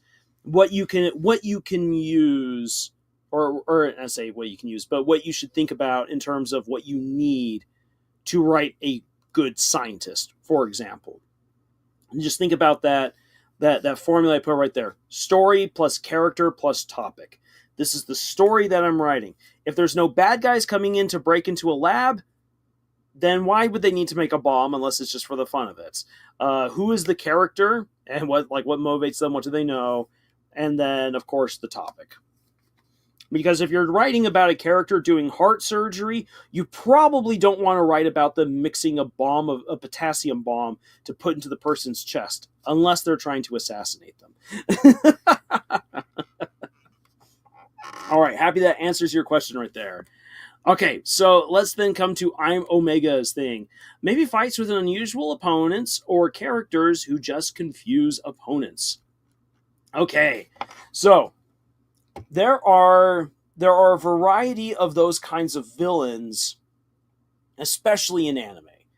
The one that immediately comes to my mind is Sosuke Aizen from Bleach, who is able to use his hypnosis powers to make people think that something else is happening when really it isn't. Which is a really cool power, and it's super frustrating because almost any way to beat it feels like it's a cop out. And that's one of the hardest things when like I feel like Kubo absolutely came up with a brilliant villain and had almost no good way to defeat Aizen. The only way that Aizen could be defeated was through his own hubris, which is cool and telling in a way, but it also, even within the story, Ichigo kind of feels like, oh, that doesn't seem quite as cool because I actually didn't really do anything to beat him. I just, other than I pushed him to the absolute edge, and then he started making dumb choices because he's so high on himself. Which can work, but for a character as brilliant as Aizen, it still feels like a cop-out. And so, within the story of Bleach, what I feel would have probably been the best way of really dealing with Aizen beyond just his own hubris defeating him would have been if Ichigo the main character has just insane battle reflexes. He does things that everyone's like, that doesn't make any sense, but it works out really well for him. And I feel like that's kind of what should have happened. It should have been Ichigo's battle reflexes versus Aizen, and Aizen is just like, I can't beat you with my tricks. At least not directly. And so I need to now beat you instead with just all-out power. And if they had been that way, and so then that way then you have the leveling up of Ichigo versus Aizen as they're both leveling up and everything, then that would have made more sense. Unfortunately, that's not the way that it went, and so it just, again, it feels like it's a cop-out that, Aizen's hubris is what defeated him, rather than the heroes actually having at least some sort of edge or ability. Because when the villain just defeats themselves, it doesn't usually feel as rewarding unless it's something that you've seen that the villain has been inadvertently setting themselves up to do since the beginning. And a good example of that, for instance, a villain setting themselves up for defeat is, so I just recently watched the movie The Outlaw King, and when the King of England, Edward II, loses at the end of the movie, it makes total sense why he lost, even though the movie is completely ahistorical about the Battle of Loden Hill. It makes sense why he loses because he has pushed himself to the point where he will lose. even though he has every advantage other than terrain at his disposal. He should have won. The reason why he doesn't win is because he is so angry at his dad, um, Edward the First, the Hammer of the Scots, because he always looked down on his son, Edward the Second. So Edward the Second has some daddy issues and a Napoleon complex, which is going to already cause him to make some bad choices. And then on top of that, Robert the Bruce keeps doing things to annoy him, and as his anger mounts, he becomes less and less reasonable. You then combine you combine the Napoleon complex with his mounting anger and frustration, and then you add in how he needs a strong lopsided victory for the English to prove to all of the nobility that he is indeed his father's son and that they should support him, so that way his lords don't try to overthrow him. And so you see how all of these different elements from the beginning of the movie up until the end lead to a competent military leader making stupid decisions that lead to him losing a battle where he had every advantage but terrain. And that's a good example, I think, of like setting up a villain to fall to their own devices rather than that of the heroes. But that takes long storytelling and showing all of the different faults that person has stacking up on each other. Now, I know that doesn't immediately answer your question, I'm Omega, about characters characters in a fight that confuse each other, but that was my tangent to help explain what I think could have been done with Aizen. Hey, Shade is here. Long time no see. Great to have you here. So, what I personally think in terms of writing a fight where a character is confusing is that it comes down to character and abilities, and also the motivation for the fight. So for another formula to write a confusing fight is characters plus abilities plus motivations for the fights. That, I think, is a way of simplifying a complex idea. So I'm going to draw on some of my experience with writing the book The Dark Rebellion. In that book, you have Ben, one of the main characters of the series, who's up against World Eater. And World Eater, or the Virus, Bob the Virus, he's got many names, he's a man of many names, is trying to break Ben of all the things that he learned and believed to be true in the first book. He's like, you've been lied to. And Ben's like, I haven't been lied to. He's like, oh, you have been lied to. No, I haven't. So he's like, okay, I have to break you. I have to get you to question everything. And then when you start questioning everything, you will then come to my answers.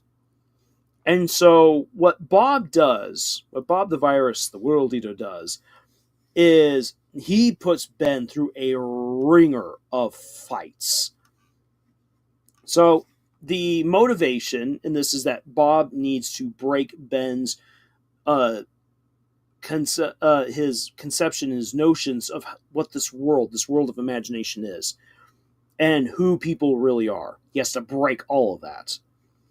And so what Bob does is he presents various challenges and real scenarios to Ben that Ben has to solve in the moment that flies in the face of what he believed, of what he initially believed. And so Ben is then confused. And one of the things that Bob does, and this is definitely a real character flaw, like this is not anything good on his part, is that he's trying to break and humble Ben as well. He's like, you're on your high horse, teen. It's like, like when I'm done with you, you're going to be so broken, you're going to be in little pieces, and I can then build you up the way I want to. he takes Ben to task in a variety of duels. And so Bob, his motivation is to break Ben and to make Ben see the world and the situation the way that he does. And Bob is an insanely powerful character. He's also slightly insane. And the abilities that both Bob and Ben have are the abilities of imagination. Now, one of the things that Bob is trying to show to Ben is that in the first book he was told, oh, you only have so much power because you're just a knight. You're not a lord. Lords and knights within the Legend of the Ten Lords are the differentiations between crossovers. When someone from our world falls asleep and they cross over into the universe of imagination, they are able to tap into their imagination as a form of magic. If they're a lord, anything that they can imagine, they can make real. If they're a knight, it doesn't really work that way. They can do small things. They can create small things. They can imagine small things. They might have some really cool abilities that are specific to them, kind of like a superhero ability. They can utilize imagination like a lord, but on a way lower level. And so Ben, this entire time, has thought that he's just a knight because he's nowhere near as strong as a lord. And Bob is like, no, you are a lord.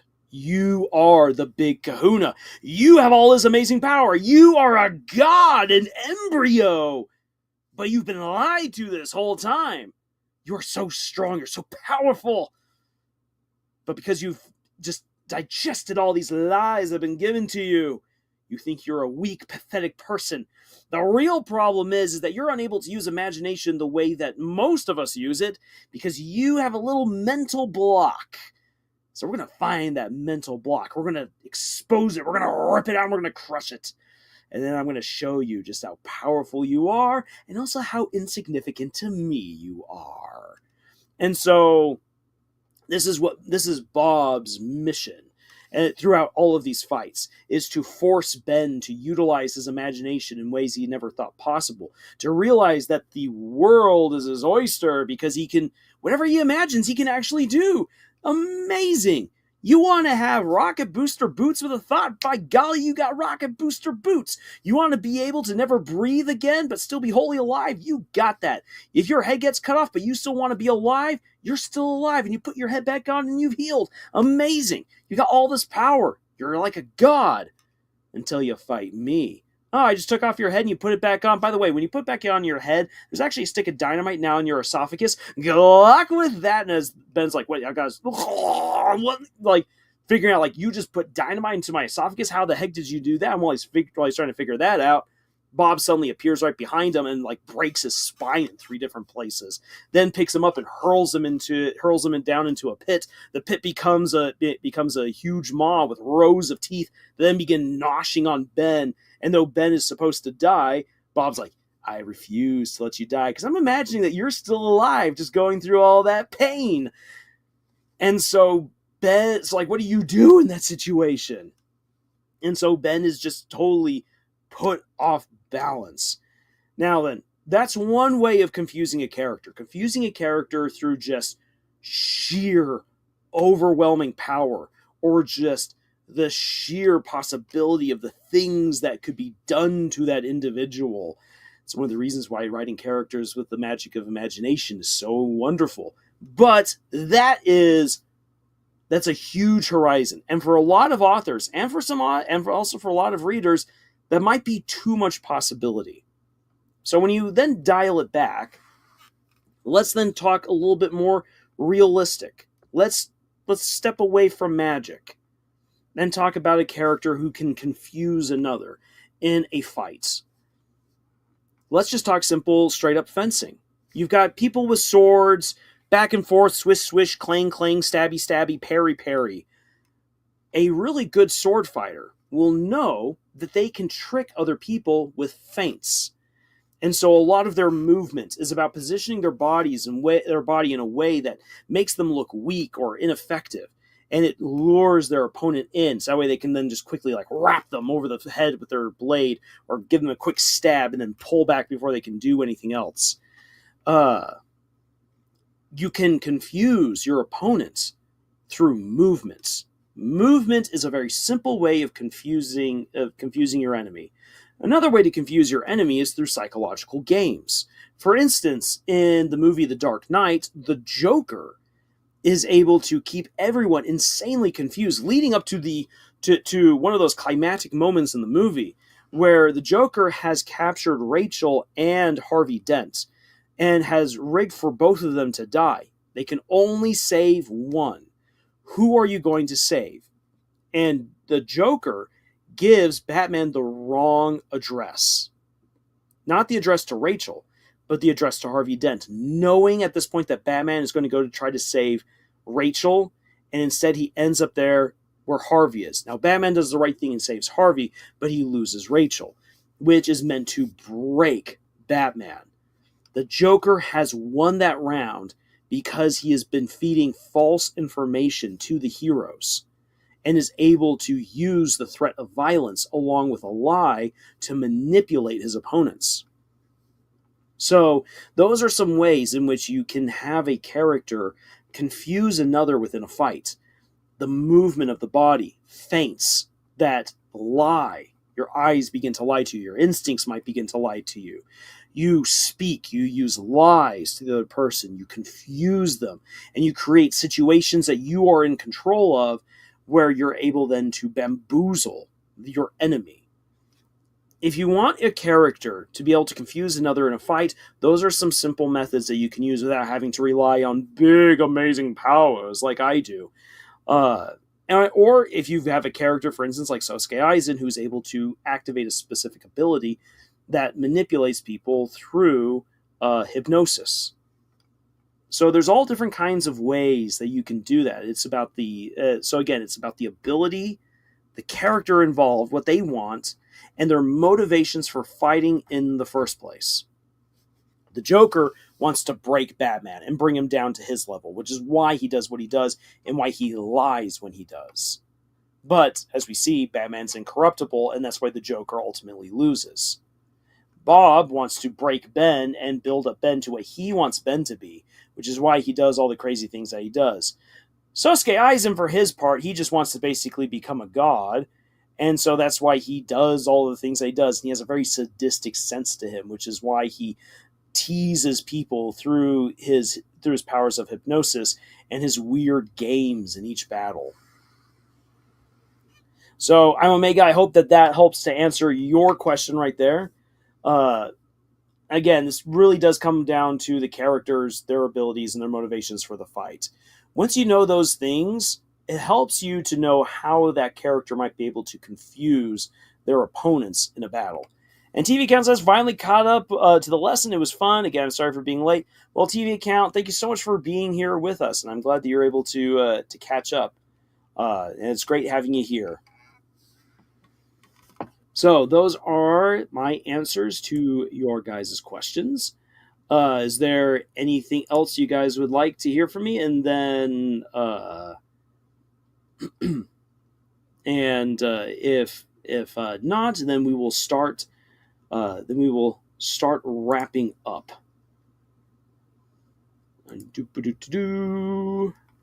Take another drink of water right here.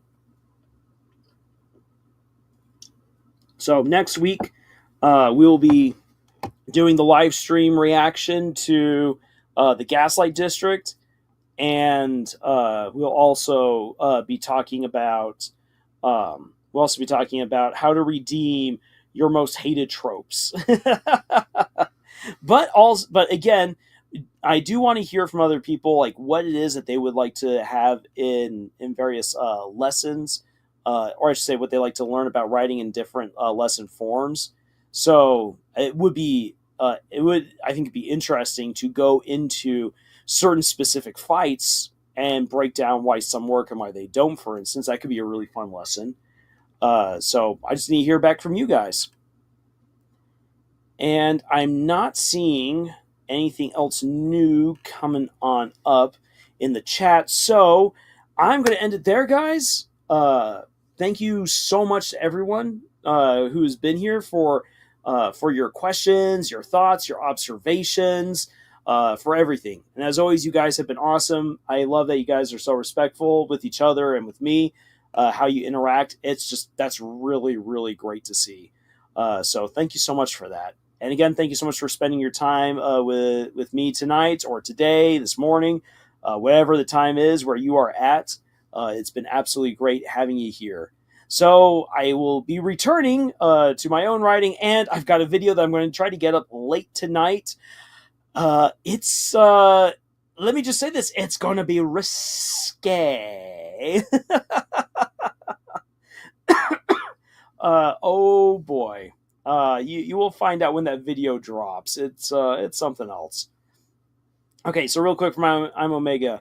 So what about trios as dragons in fiction? Dragons as in second in commands. I think that's really cool. My one thing is that if you have a dragon as a second in command and not as the lead, you need to have a good reason as to why that dragon is not the leader. And my reasoning for that is that if you have an intelligent dragon who is able to be in command of units, of battle units, you need to have a very good reason for why that dragon is not numero uno. Because dragons, unless you're dealing with a very weakened variation of a dragon, then that's not. Then I cannot imagine any reason for why that dragon would not be number one, unless, for instance, like it's a dragon rider thing, and the rider is the supreme leader in the group, and the dragon is just, I'm the really smart, intelligent ride who's helping you out. So you need to have a good reason for why the dragon is not number one. And that's one of the things I've enjoyed as I've been working around the world of Whitefire. One of my own stories is how the dragons, they control everything. They rule everything. And so the way that dragons wage battles, for instance, is very different than humans because they don't need to worry about massive battle lines. They're dragons. They crash and bash through stuff. They've got all these kinds of special abilities. They have got their breath weapons. So their way of fighting is very different. I'm like I said, so any update on No Evil? Yes, I have been watching No Evil. Let's see here. How far in did I get? Let me look this up. I unfortunately haven't been able to watch it this past week because I've been so busy. But I have been watching. Let's see here. We'll go to videos. Where did I leave off? Which episode? Scrolling. That's your episode. I am at episode 22 of No Evil, and I've been enjoying it. It's been a fun watch, and it's incredible that this thing is still ongoing with the most recent video just dropping a month ago. So I have been watching. It's been very interesting. I've really enjoyed the blend of different cultures and some history. I will say this when it comes to No Evil. The opening videos for No Evil are incredibly confusing and off-putting. Not that they aren't really neat in their own right, but when you see that there's a long story to it and you don't know yet what you're getting yourself into, because it's musicals with no information about who these characters are, what's going on, what they're doing, unless you yourself are strapping in for this ride and saying, okay, I'm getting taken somewhere, I don't know where. Unless you are going to be committed to it, the opening to No Evil does the story no favors. However, that being said, those opening videos, as I was telling my oldest sister, you can't skip them. You need to watch them because the things that you watch in those videos are absolutely essential to the stuff that happens later. And I like that approach. I do like the idea of introducing these big things that are going on. You don't necessarily know what's going on, but you get the promise that it will pay off later. Kind of like with reading The Way of Kings, which actually has three different openings. You have the opening from 3,000 years ago. You then have the assassination of Gavilar, and then you have the introduction to Kaladin, which isn't even through the eyes of Kaladin, but through a young man who gets trampled to death, which in many ways actually ends up giving you kind of four beginnings, because when you finally get to Kaladin, you haven't met him for the past three chapters, and he's the main character of the first book.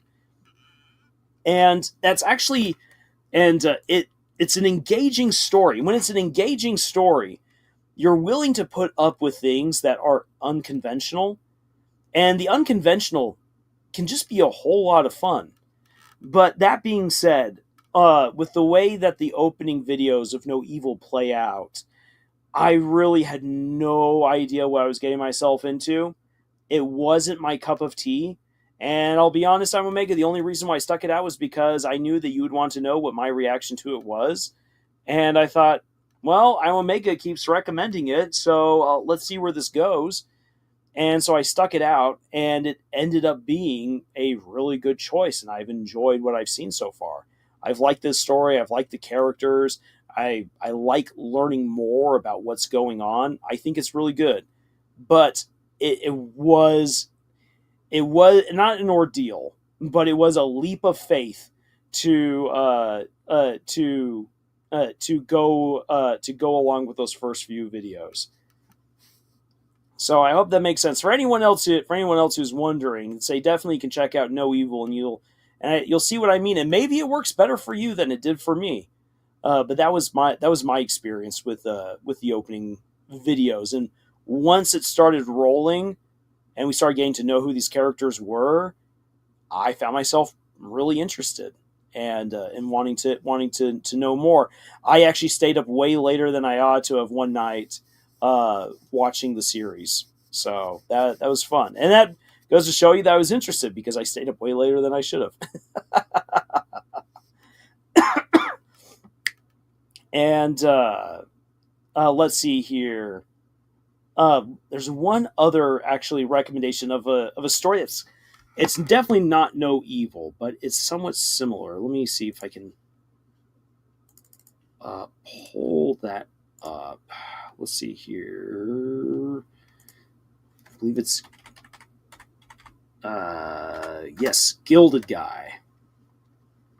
Yeah, so there's a series on YouTube called Gilded Guy, which was recommended to me. Took me a long time to get into it, but once I did, it is a fantastic artistic journey of someone who is going through that creative process.